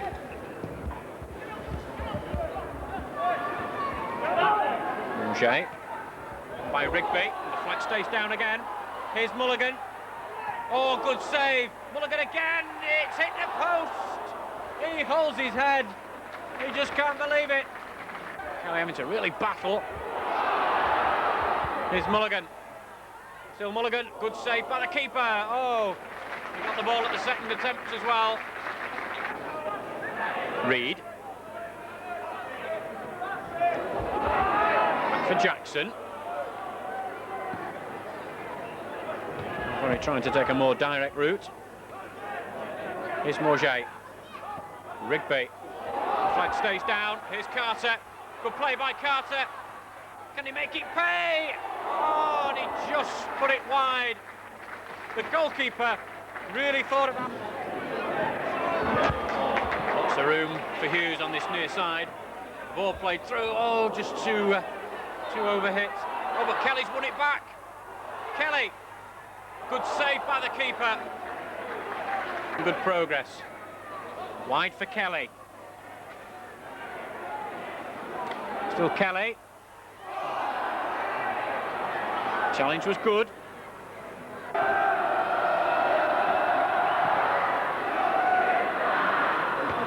Headed forward. Here's Powell. Into the path of Carter. Gets the shot in. It's in. It beats the goalkeeper. And Carter claims his second. And Bury's fourth.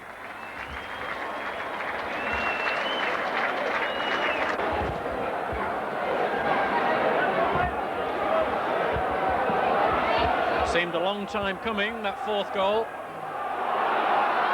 Bury on the attack again. Oh, marvellous save from Collier.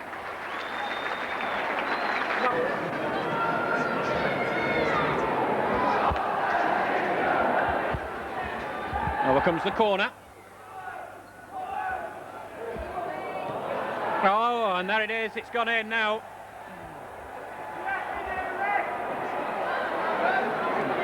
Can't see the...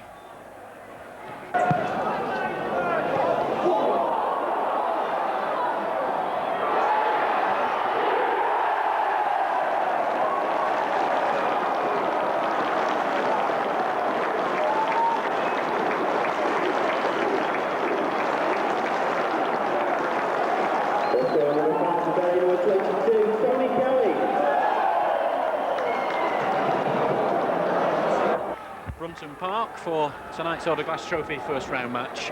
This tie has to be settled tonight. If they're all level after 90 minutes, we'll have 30 minutes extra time. And if we still can't decide the winner from trouble, Bracey comes out. That's a good clearance.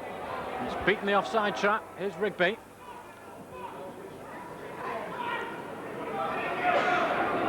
Still Rigby.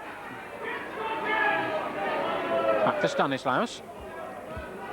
Very forced to go back now as far as the halfway line before they begin to rebuild again. Down the centre. Oh, and it's a bad back pass. And a great chance here for Berry, and it's just got in. A mistake in the Carlisle defence. And it's Ian Hughes who puts Berry in front. His first goal for the Shakers, and we've had just 13 minutes play.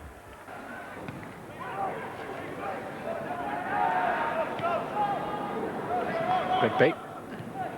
Oh, that's a bad pass. Carlisle coming forward.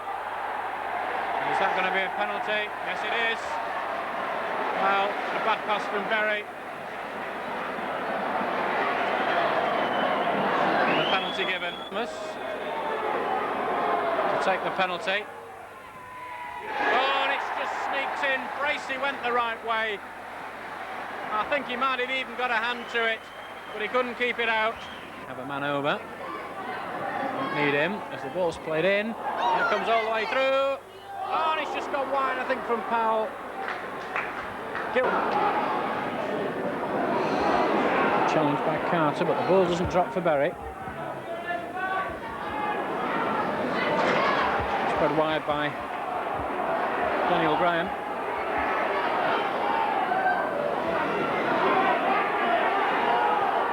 The ball's played across. Great chance here. And it's in. It's in now. Well, it all seemed in slow motion as the ball came across.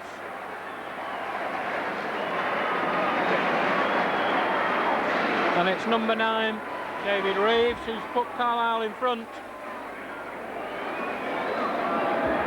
Berry side today in the starting lineup at least, and that's Lenny John Rose, a £10,000 signing from Hartlepool United, and his fellow teammate from Hartlepool United, Ryan Cross, who is a fullback but is today partnering Michael Jackson in the centre of defence.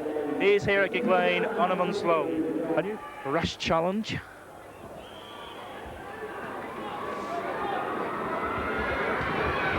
Hope with the free kick. Poor header from John Rose on the edge of the area. Left to Stanislaus to clear the danger. He finds Tony Kelly, but Martin's in before him, but Kelly recollects the ball. Moves diagonally across field. He's got Morgier making an excellent run if he can see him, if he can find him. He splits the ball inside to Morgier, he's in behind, and Carter is there in first half injury time to put the Shakers ahead. Berry 1. Scunthorpe United 0.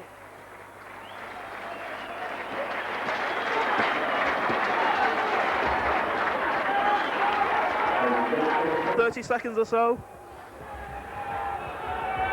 Bracey wasn't to know the offside flag up. It really was a good save. Kicks long for Carter, beats Nil. Samways clears. Header on by Tom Stone, back to Bracey by Dawes, but he won't reach Dawes. Bracey is out again, and the referee has awarded a penalty. Lee Bracey adjusts to have brought down Damien Henderson, and there's drama here right at the end. Here at Gig Lane, Scunthorpe United given the opportunity to level matters in the dying seconds. And I think it's going to be Matt Carmichael who will take the penalty. And really, as far as the Shakers is concerned, it's all down to Lee Bracey, who saves it, comes out, and the great challenge from Graham Wesley, who saves the day there. Alexander gets the ball in, the ball charged down by Jackson. Scunthorpe has thrown away that opportunity. There's joy around Gig Lane, but there's still work to be done, and Bracey collects the cross. And really, with a penalty save, the collection of that cross, and the save from, albeit an offside header, the referee, Mr. Breen, says that's enough. The 3 points are in the bag, and it has largely, at the end of the day, got to be thanks down to Lee Bracey.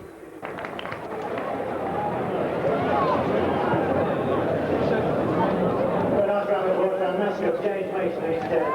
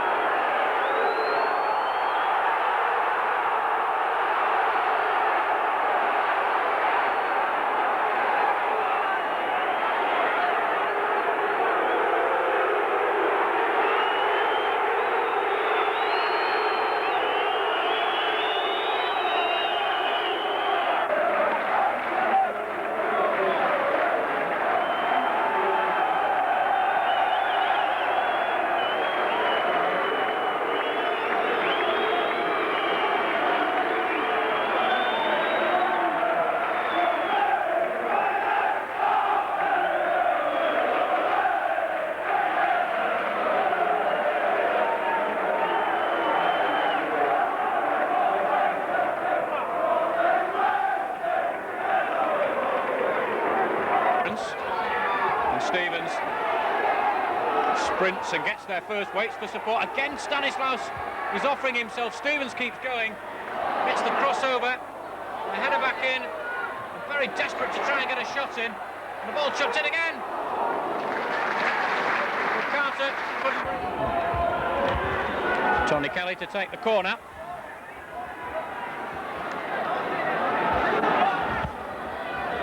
Everybody back now for Preston. Flick on, it's in! And it's Mark Carter! I'm sure Rigby got the flick. And Mark Carter did the rest from the edge of the 6-yard box. 20 minutes into the second half, it's Bury 1, Preston North End 0, and you get the feeling that's been coming from half-time.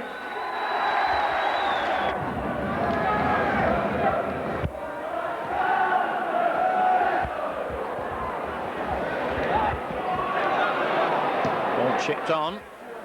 Oh, the offside trap beaten, a good chance for Preston. And there's an equaliser for Preston. Oh dear, he was allowed to stroll all the way through, and it's the substitute, and John Beck will claim that's inspired. He's been on. For this afternoon's fixture between Bury and Doncaster Rovers. Fascinating game as two former Bury strikers return in the green of Doncaster Rovers. Kevin Hume, of course, and Tony Cunningham. It's Luketti trying to win the header for Bury. Jackson steps in. Oh, and a nice touch on by Carter for Kelly. That really was a lovely touch, and it sets Kelly free. He's only got Stevens up with him, but Ian Hughes has made a terrific run. Oh, and it's a penalty. Tony Kelly brought down, and the referee just took the briefest of times to think about it, but Carter, who'll be hoping to finish it from the penalty spot. Here he comes, and he's put it confidently home. Goalkeeper Andy Beasley sent the wrong way, and with just 3 minutes on the watch, Bury take the lead. Chris Luchetti's come forward for Bury, and Jackson is going forward as well. The ball comes across. Oh, that's perfect! Absolutely perfect from Mark Carter. We've had but 8 minutes, and Carter's scored twice.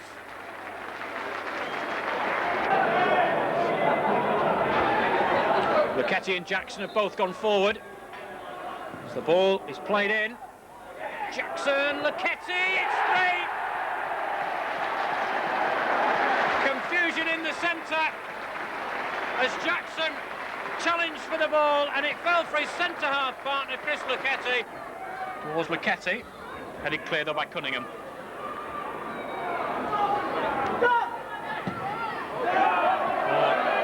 Ball forward. It's Dawes. Chipped on beautifully for Carter. Stevens calling for it. Carter delivers. Stevens needs to turn. It's 4. A wonderful goal. And the first man we should congratulate is Mark Carter. Good running. Kept onside. And then found Stevens.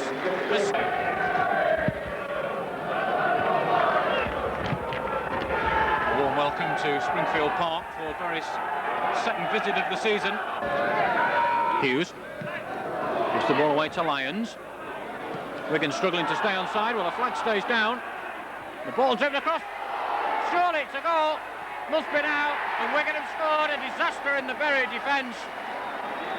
There was a certain suspicion that Wigan were offside.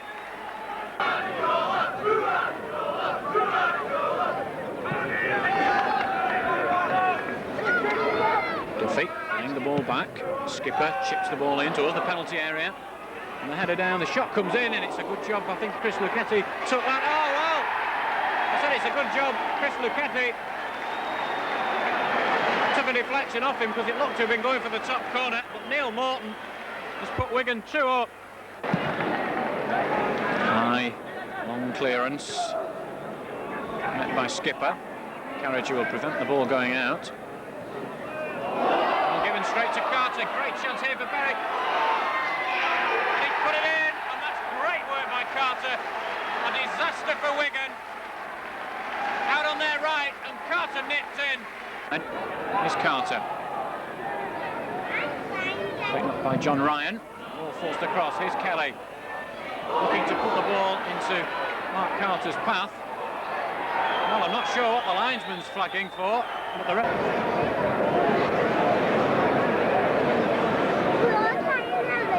So, John Ryan's name goes in to the notebook on the evidence of the linesman, and it's a red card. Well, I'm mystified. I'm mystified.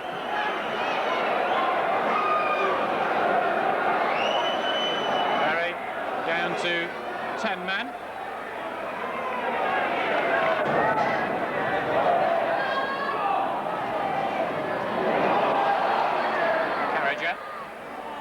For a return pass, Kilford. Oh, yes, it's gone in from Kilford.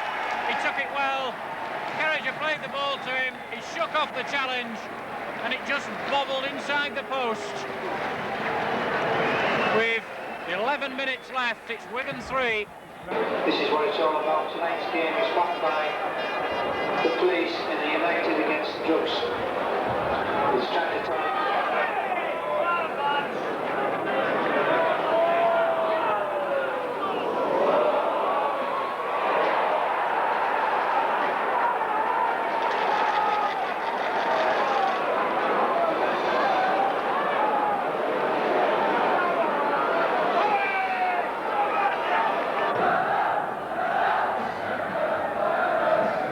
towards the near post. Flick header on, and the ball's in! In it goes. Not seeing who scored at the moment. I'm sure we'll find out in a minute as he makes his way back towards the... Goes to check. Uses Stanislaus. Chipped over. Stevens. The shot comes in! Took a deflection. Definitely took a deflection as it looped over Kane. And just a minute before half-time, it's Berry who retake the lead.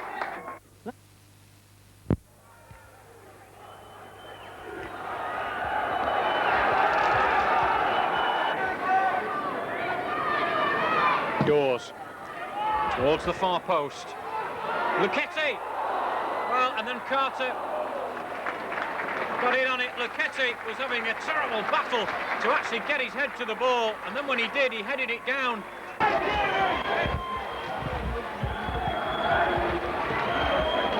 A little deeper this time.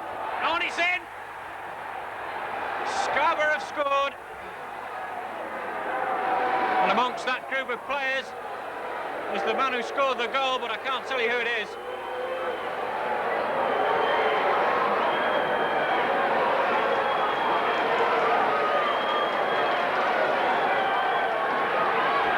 Even be the big link to his supporters on the far side, to Adrian Mayer from the corner.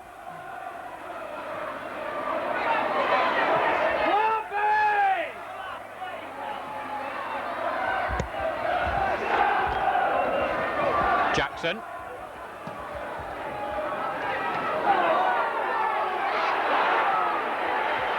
Away comes Scarborough again.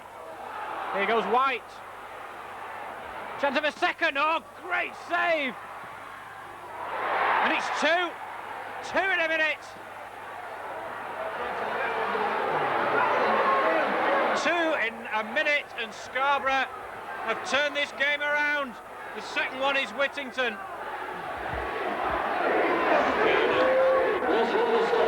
Number 8, Tim Steer. Have a good game, Tim. Warm welcome to it. As I've told you, the number 11. Oh, and a great goal from Derek Hall, edge of the penalty area. And he saw Lee Bracey slightly off his line, and he hit a dipping shot over Lee Bracey. And with just 2 minutes on the watch, Hereford United 1, Bury 0. Going right down by the corner flag. Taken quickly to Clark. Gets the ball across. Here's Akin B. And it's 2. And attacking B with a good turn, and then he's just done a forward somersault as well. And with just 19 minutes on the watch, it's Hereford United 2, Bury 0.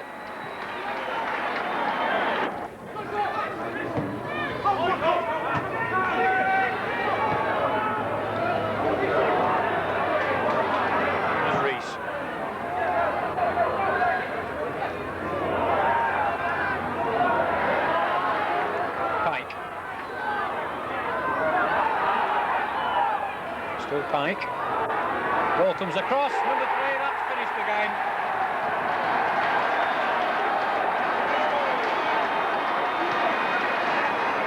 Just trying to see who it is who's scored.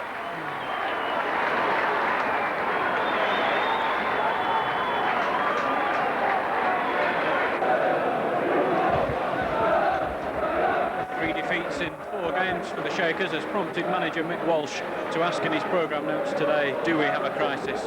Well, looking on the match last week down at Hereford, plenty of scoring opportunities were made, none able to be taken in the 3-0 defeat. Bury this afternoon, well. Here's Reeves, right on the stroke of half-time, pulls the ball back, it's just gone wide, the best chance for Carlisle. Falls to Simon Davey, and he puts it the wrong side of the post, right on the spot.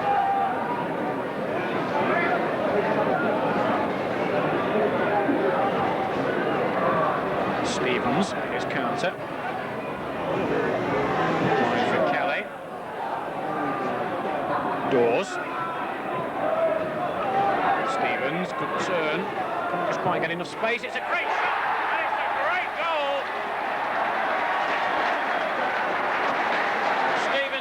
Penalty area, but his back to goal seemed to be going nowhere, and with almost no backlift at all. What a shot beyond the despairing dive of Kay. To be perfectly honest, I don't think saw it till it had gone past him. Ball away to Davey. Thomas. Wide for O'Garney. Plenty to aim for. One of them is Pearson, heading back, get it set, a cheeky equaliser.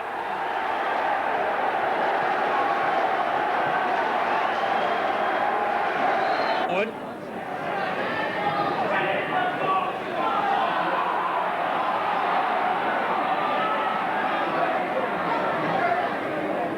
And throw by Dawes. Ketty heads it on, Stevens, must be!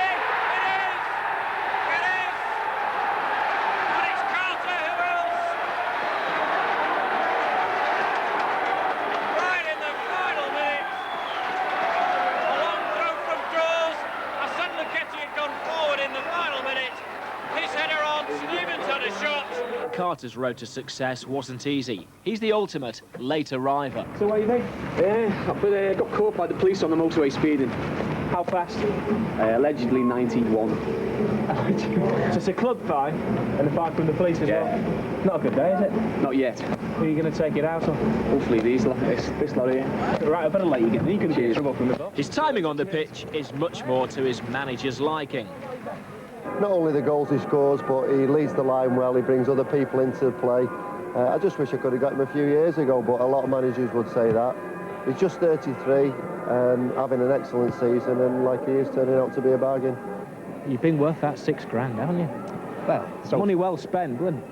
It must have been a gamble for the manager to spend that much on you. Well, you have to ask the manager that, right? But so far, so good. But the main thing is now to carry on and hopefully get promoted, or if not, get in the playoffs at the very least. Mark's disastrous day almost stretched into the bounds of the game. His badly timed pass gave Crewe's Francis Tierney the first go at goal.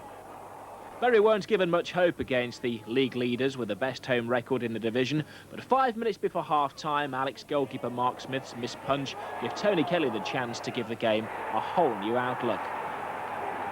Daria Gradi dressing down at half-time, and a minute into the second half, one of his latest young discoveries, Francis Tierney single-handedly concocted an equaliser. Darren Rowbottom was on hand to make it 1-1. Then it was Q Carter. His nightmare was about to end. The Bury skipper carried the ball forward, passed on the responsibility to Tony Kelly, who accepted gratefully and gleefully. It was developing into quite a game for the healthy 4,000 crowd. Next, Rob Edwards started a flying Alex move, a pass to Rowbottom, continuation of his run and a conclusive finish. Now, Dario Gradi said before the game Bury would have to score 3 to win, and he was right. Carter, now inspired, was looking for goal, and he found it. A typical 18-yard box finish. Mark was leaving things late yet again. Only 11 minutes to go when he scored his 17th of the season. The game was won, only one issue to sort out. That's up to the gaffer, isn't it? I was late and club policy is to be fined, but I don't know, he might let us off. Now it's on the telly. No. Fair enough. No chance. The telly might pay for it for him. Is that worth putting forward? No way. We win bonus, I think what we'll have to do, we'll have to have a committee meeting on Monday with the players and see what they say, Spike, but you've not got my vote, mate. But there's a big gap between the two sides, just 6 points between them. Although manager Mick Walsh, as puzzled as most Bury supporters by the Shakers' up and down form this season. Joey wins back possession though for Bury.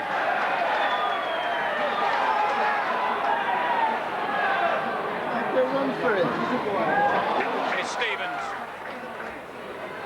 Time to get his crossover, it's charged down. Carter though picks it up inside the penalty area, and that's going to be a penalty. Bury have a penalty. Carter getting under on the end of the ball to put Bury 1-0 up.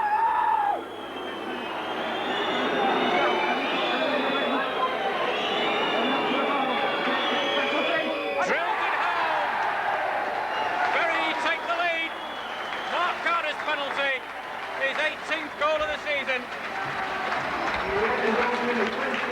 Who was left down, not Mark Carter, is Stanislas with the free kick. Helped on by Dawes. Stevens back heads it to Carter. Back on to Stevens. Bury looking for a cross from here. Cross comes over, Kelly and Carter. And the ball miraculously saved. It's two. And Kelly gives Bury some breathing space. But how Paul Edwards will feel hard done by there. He reacted superbly well to Mark Carter's effort, which ballooned above the defender.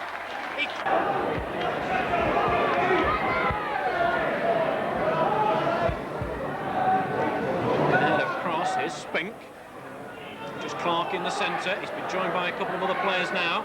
Shrewsbury need to get it across. Here's Clark.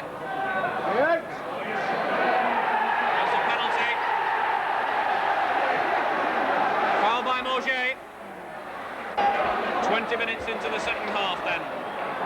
Shrewsbury given a chance to pull a goal back from the penalty spot. Oh, and he goes under Grace's hand. He guessed the right way. Would Shrewsbury pull it back to 2-1?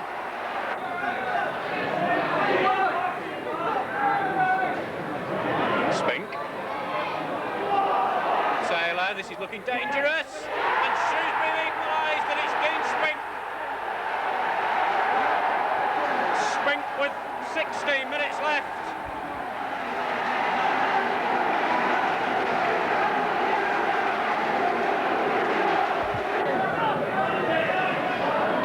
Bracey. Good header clear. Dawes. It's in one for Bury. Ball back inside the Bury half. Ketty has it taken off him by Spink.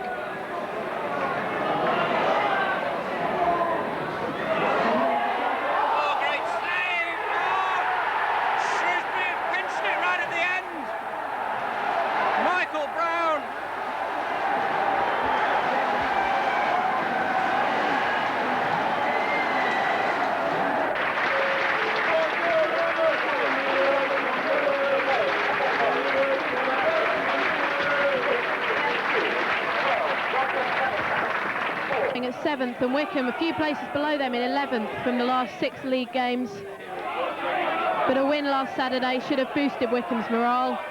And it's Langford on the ball now, grabbed from behind, but he's kept on it, and he's got Guppy on his outside. Stapleton moving forward, taking the overlap, just gets it to Stapleton, flick on to Guppy on this outside. Guppy with the cross in, and it's a flick in from Simon Garner.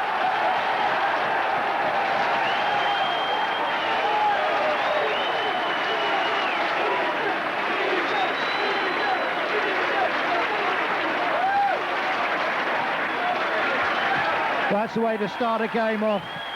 46 seconds, and Langford has put Wycombe in front. Copybook stuff down the left-hand side, well overrun by Stapleton. Guppy gets the cross in, and the ball's in the back of the net. As simple as that. Well, remind us of the amazing early goal they scored against Scarborough. So maybe that bodes well for today's match. Bury, though, on the counter-attack now, and going down in the area is Mark Carter. And amazingly, the ref's given a penalty. The kick for Bury.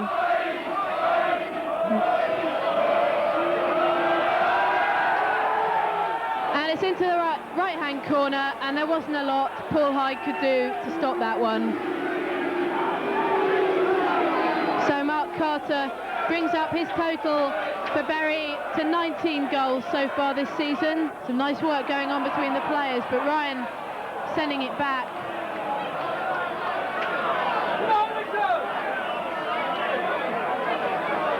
Perhaps a more defensive action than some of the crowd would have liked. And Carroll now free in the penalty area, and he sent it past Bracey.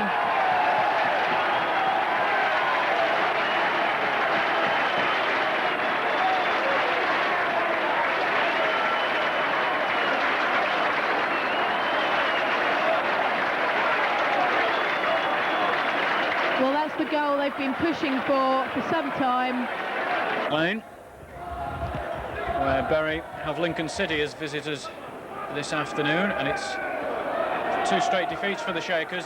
Home to Shrewsbury a fortnight ago, and that was after leading 2-0, finally losing 3-2.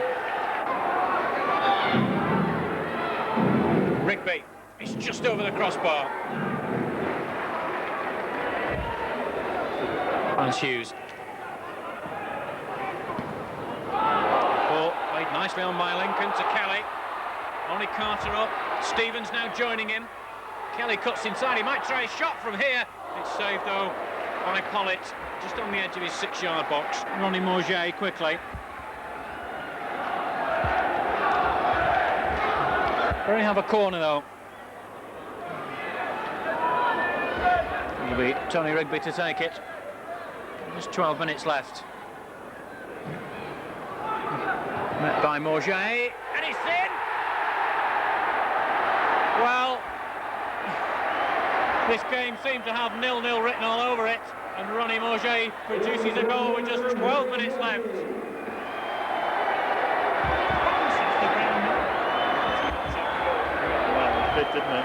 Gig Lane currently is 19-year-old Welsh under-21 international Ian Hughes. Hughes was born the year before Luther Blissett made his Watford debut. It's the kind of blend that has projected Bury into playoff contention. Luther's brilliant. He's brilliant for all the players, I think, at the club at the moment, especially in training, like I said before. And I hope I do as well as Luther has done. He's got as much money as him anyway. What's your comment about that one?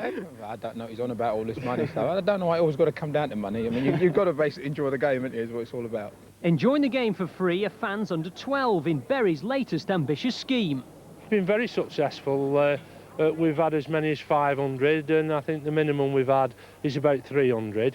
But the take in the actual family stand has risen by about £2,000. So up to the end of the season, we've made a positive decision to let them all in for nothing. Hopefully we'll get them down here. A lot of them are bringing the parents. Some of them aren't, of course, but you know, we hope it's going to become a family stand, and we hope this will be the next generation for the next 4 or 5 years and onwards. Bury began the match against Colchester yesterday, looking very determined that they wanted to spend those next 5 years in a higher division. As early as the first minute, Ronnie Moset's shot was cleared off the line. Shortly after that, and Mark Carter's header flashed by the post. And 2 minutes after that, the best move of the match ended with another Moset shot, again going close. But that was the last chance Bury had in the first half, and they'd begun to lose their way. But early in the second half, they'd picked up the reins again and came close to scoring. Off the line, and a good save by John Cheesewright. But as is the way sometimes in football, Colchester, with their only chance of the game, found the net. Player-manager Roy McDonough unmarked to head home. As for Ian Hughes, it wasn't really his afternoon, apart from a magnificently timed challenge. And a bit later on, a precision pass that set Ian Stevens away. It really wasn't his day. Luther Blissett came on to try and change things a quarter of an hour from the end and showed all his tenacity and balance, only to have a penalty claim waved away. It was a game of real frustration for Mike Walsh's men, and Bury fans of all ages were left booing as they trudged home at the end. Just bear with us a little bit. I understand the frustrations. I still think we'll get in the playoffs. We've got 9 games to go. We've got good lads, good young lads who want to do well. They listen, they try hard, and they'll get the rewards eventually.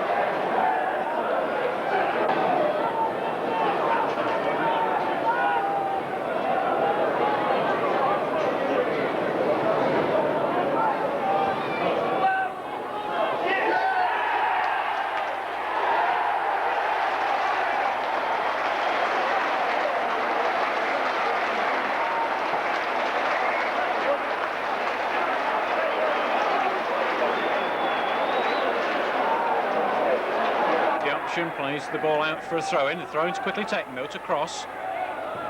Comes over. Again, Torquay able to get it clear. Torquay looking for a quick break here. A spare man over. Let me get the ball across. Might do now. Over it comes, and it's side-footed home, but I can't see who by. But it was all so simple.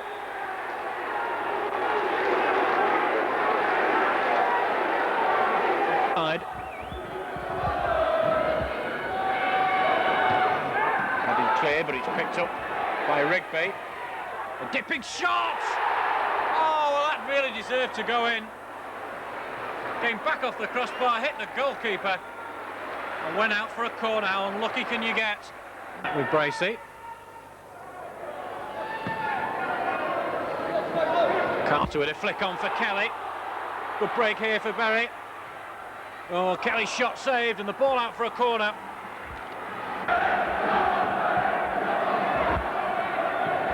Over it comes. The goalkeeper's lost it. It's home. Yes, it's there. And would you believe it? It's David Adicola.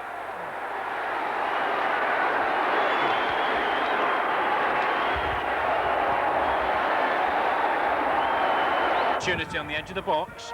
This is Evans, gets a crossover cleared by Luchetti. Picked up by Beckford. He ran into trouble. He's had the ball taken off him. Stanislas finally clears it upfield towards Stevens. Kelly might win the ball here. He's won it well. Carter and Stevens both calling for the ball from Kelly. Can it be delivered right? It's in. It didn't have to be delivered right. Kelly chips it in as everybody was expecting the ball to come across for either Stevens or Carter. And with just 8 minutes on the watch, the Shakers take the lead.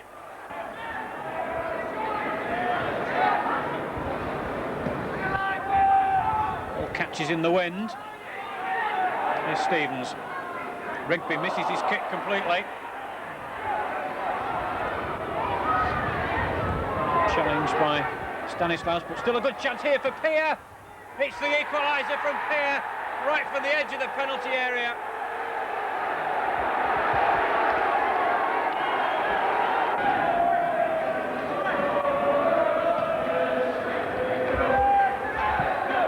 And by Lightbourne. Oh, and it's 2-1. Well, what happened in the Bury defence there?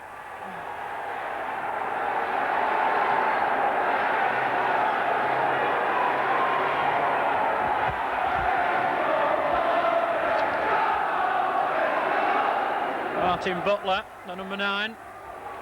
A mix-up in the Bury defence, everybody leaving it.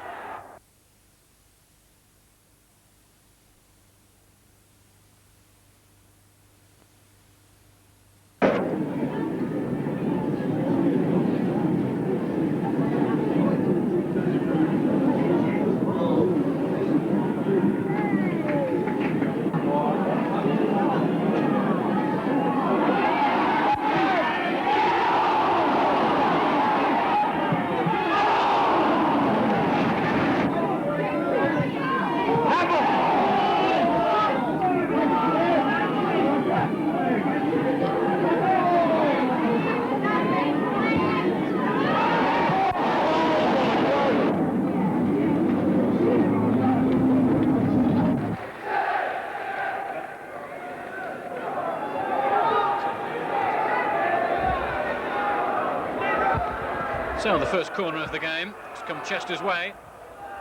And driven in, and an easy chance, and Chester take the lead. Lancashire completely unmarked.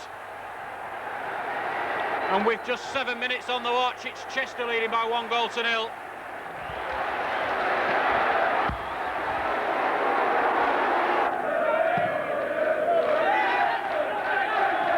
John Rose. He watched it carefully. Here's Wheeler.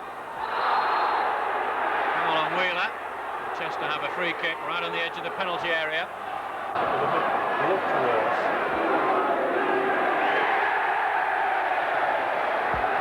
Well, marching orders for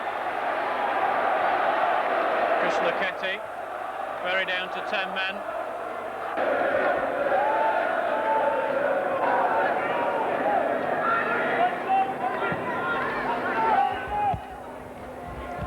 Cola for Kelly. Cross comes over, here's Carter.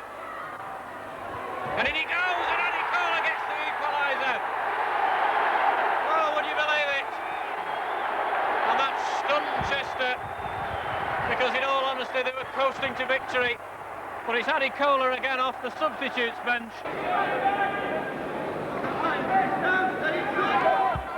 John Rose gets the ball back. John Rose. Well, the ball finds its way through to Carter. Chance of a shot, and Kelly almost got on the end of it. It's behind the goal. Hughes. Kelly down for Carter. On for Kelly. Good running from Kelly. Adikola gets a shot in. Oh, good save. And a good shot from a difficult position. Morget on, tipped over by the goalkeeper. Excellent shot from Morget. Did it well for Ryan. This comes in. Here's Adikola. It's the ball across, and the defender miskicked it. It's not clear yet. It is now, though. John Rose nicely down for Rigby. Still Rigby, and still Rigby. The goalkeeper just gets to the ball first. And it does look this evening as though it's going to have to be something individual like that that win. Bury, meanwhile, playing for really little more than pride at the moment, went behind to a superb goal after 34 minutes by Dave Moss. But the visitors stuck to their task and got their just rewards late on. Ian Stevens, who provided the confusion with a cross, then ended it with a thumping shot. Again, it'll be Rigby to take the corner. This time it's from the opposite side. The first 3 corners have all been from the right. And Rigby gets one from the very left. Over it comes. And it's met by Carter, and it's just over the crossbar. That's the best chance of this first half. And Carter.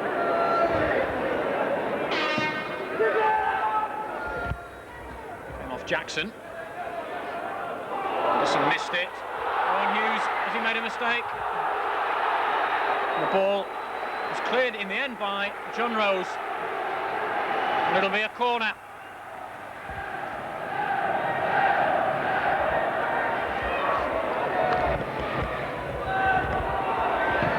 What a good shot, good save. Well, the rebound put in by Mark Stewart. And Dave Sutton celebrates on the pitch, and I'm not sure that's what the FA would agree with.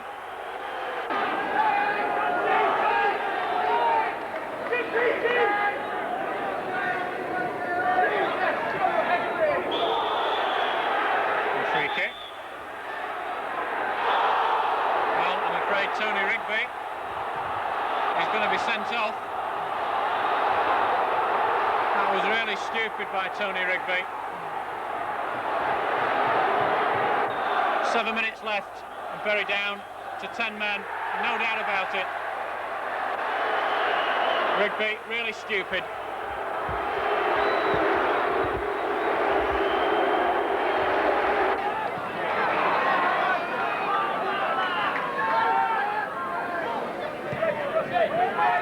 Switzer.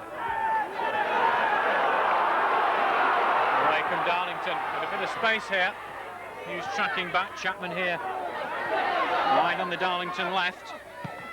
It's a crossover. Just a slight header on, a great chance here for Slaven. And Slaven opens the scoring. Lee Bracey furious with his defence. But with 21 minutes on the watch, it's Darlington 1, Bury 0.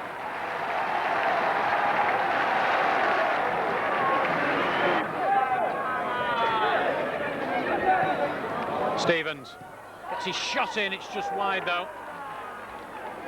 Quickly taken free kick, almost caught the Darlington defence napping. There is the final whistle. The crowd come onto the pitch. Darlington appear to be safe from the crowd's reaction. It's a 1-0 victory here at Feethams, and that, as I say, from the crowd's reaction, must lift them off the bottom of the table and make them safe. It was a disappointing display, largely for Bury. Once they got as far as the penalty area, they saw plenty of possession, but really throughout the entire 90 minutes, just one real effort that the goalkeeper had to deal with. Mark Carter applauding the few Bury fans to have made the trip. Down there also is Lee Bracey. And as I said, it's disappointing for the Shakers, just one real chance. A season that promised so much, but ultimately delivered little, saw a fine 2-0 win at Bolton Wanderers to start the season in fine style. Disappointing though on the field was the injury to Gary Kelly, sustained in a challenge with John McGinley, and that left the Bury keeper out till after Christmas. Manager Mike Walsh acted immediately and signed Lee Bracey from Halifax Town.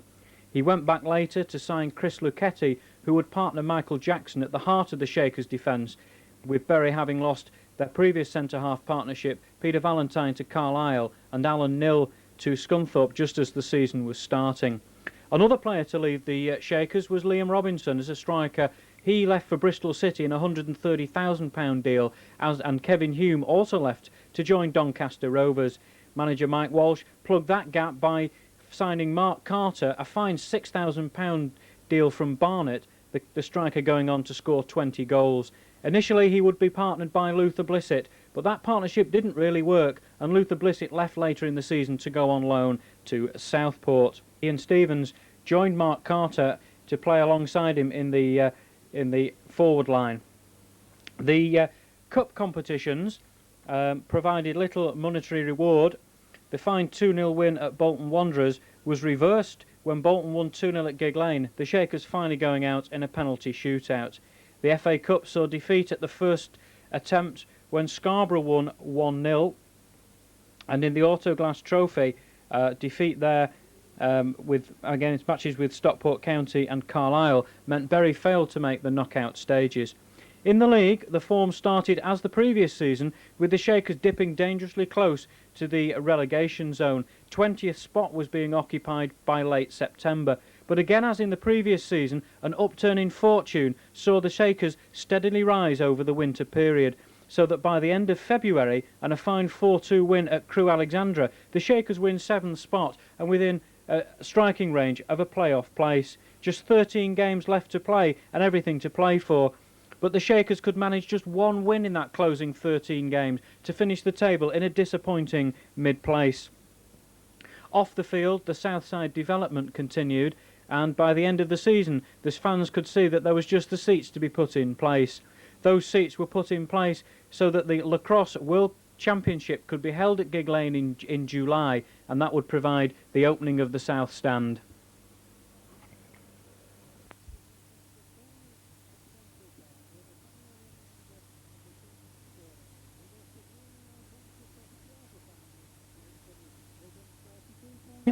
Lee 12.